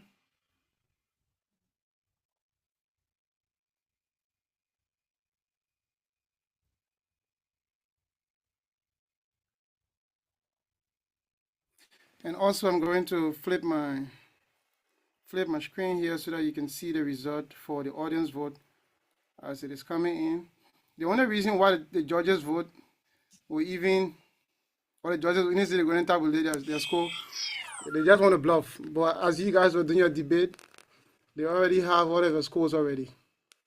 So they just want to cross-check among themselves. But your scores were displayed in real time. Just as you enter a boom, it update. The system also telling you who's winning, who's losing. So everybody's seeing it. So please, that notion should not go further after here. That judges' decisions are being influenced by audience vote. So as it is, the best performing team, we'll close this pool here by 10:36, the next 3 minutes. Currently, I have 10:33. Let me just write it down before I can ask my lady. 10:36. All right. So as it is coming in, Chengdu has received 21 votes, and Suzhou received 22 votes. Oh, now it's 28. Okay. Let them be on our battle. Let me just come down and see what's happening down here. For the best argument presented, we are seeing for the pro team, Chengdu, Lydia T. Penner has 9 votes, and Christopher Lavo Jr. has 16 votes. For the con team, that's Suzhou, Priscilla has 11 votes, and Daniel Kaleyine has 21 votes. So as it stands, we have 2 minutes left. So the way it is, Daniel right now is the MVP based on the current score, 21 votes against Christopher with 16 votes. 21 against 16. And for the best performing city, we also have Suzhou, 23-24. And then I want to call them, somebody can vote. 23-24. Suzhou has 24. Chengdu has 23. We have one minute or probably a few seconds. It's already 35. 10:35 here. So I'm going to end this pool at 36 the next few seconds. Christopher still has 16 votes. Daniel has 23 votes. Suzhou has 25. Chengdu has 24. Few seconds to go. I still have 10:35. Few seconds to go. Debate 25-25. You wanna now. Few seconds to go. 25-25. Best performing team. 25-25 and 23-16. Daniel stay in the lead against Christopher. Chengdu now has 26 votes, and Suzhou has 25 votes. I still have 10:35. Okay, now it's 36. So I'm going to end this pool here in 3, 2, 1. All right, final results. Chengdu, 26 votes, best performing team. Judges, please give 3 points to the pro side, to the audience vote area, and then give Suzhou 2 points. Just 1 vote. 1 vote. Who was that person? Now for the MVP of today's match, Leader T. Penner has 13 votes of the 29 votes that Chengdu received, and Christopher Lavo Jr. has 16 votes of the 29 votes that Chengdu received. And then the corn team, Suzhou, Priscilla received 12 votes, and Dana received 23 votes. So Dana is the MVP for this match. Daniel is the MVP for this match. Why Chengdu take the day as the best performing city. So honorable judges, please let me share this also to your screen so your statisticians can also get a copy of it. So I repeat, The videos will also be on YouTube, on LSUIC Facebook page. Currently, it's been live streamed there. So you can always go back and rewatch the match or probably see this particular session. Chengdu, 26 votes out of the 51% that voted. Suzhou, 25 votes, 1 vote. Honorable judges, if you are there, kindly you can stop me at any point in time. Okay, thank you so much. Thank you so much to our able president. Thank you. All right, so we will proceed from here. But before we proceed, I would just love to add what the president said. The vote from the audience actually doesn't influence the vote from the judges, right? Because the vote that came, it already came when the result from the game has been tallied. Yes, so let me just add up to what he said and make that point very much clear. But before we go to our score tonight, we'd love to hear from the two sides, the two teams. So we'll go first with Chengdu. Any player from Chengdu can maybe make 1 minute or less than a minute speech about the game tonight. What do you think about the game? Team Chengdu. Yeah. We are here. Yeah, what do you think about tonight's game actually? Yeah, it was nerve wracking. Yeah, because you cannot underestimate your opponent. And judging from the fact that Suzhou was tapping the chat from the last round, we expected a lot from them. So we were kind of nervous in the game, but then I think we played them well. And also thank you to our judges, especially the head judge. You were very compassionate, especially when it came to the aspect of addressing the time. We appreciate you, and we appreciate the leadership and all of the supporters tonight that voted for Chengdu as the best performing team. Also thank you to our players and everyone that supported our morally and everything. All right, so we also moved to one player from Team Suzhou. Team Suzhou. What do you think about tonight's game? Yes, we want to take this time to say thank you. Our profound gratitude goes to the leadership, the judges who created this platform to exchange our intellectual abilities. And thanks to our colleagues, I really enjoy the flow of ideas. Thanks for participating. Thanks to our listeners. Thanks to all of our supporters from Suzhou City. Thank you. All right. Thank you so much to the two teams. Actually, I believe it was a great match. We now move to our co-judges. Judge one, if you are there, what's your intake on tonight's game actually? All right, Josh, too. Yeah, it was really a wonderful match, and like they gave us some time, like some difficult time evaluating them, but it was a good one. The two teams presented well. Yeah, the that's two true. teams presented well, and like this is not just about winning an argument, but it is something. It's more about deeply thinking and thinking about comparing history and morality, things like that. And it is our hope that the ideas I share here tonight will go beyond just debating, but these ideas can be put forth in meaningful discussions out there. So I would like to thank the both teams again for the job well done, and thanks to the audience as well. Thank you. Okay, thank you so much to our second judge who also helped in making this debate a success tonight. Thank you so much. Judge 3, are you there, Judge 3? What's your intake on tonight's game? It was a great game. It was a great game, I must admit. Yeah. I got to realize some of the things that were said. And I think I'm holding myself accountable for future judgments, looking at presentism and contemporary judgments. If we all can think about these things critically before we do them, sometimes they're going to help us in the long run. If you say the ball that broke ball today, so you want to associate yourself with him, right? But then tomorrow they may get money and you say you won't come back. History is gonna judge you. You can decide that okay, maybe that time you're broke, guys, so you needed somebody that had money. But then history is gonna judge you. So I want to say thanks to the both teams.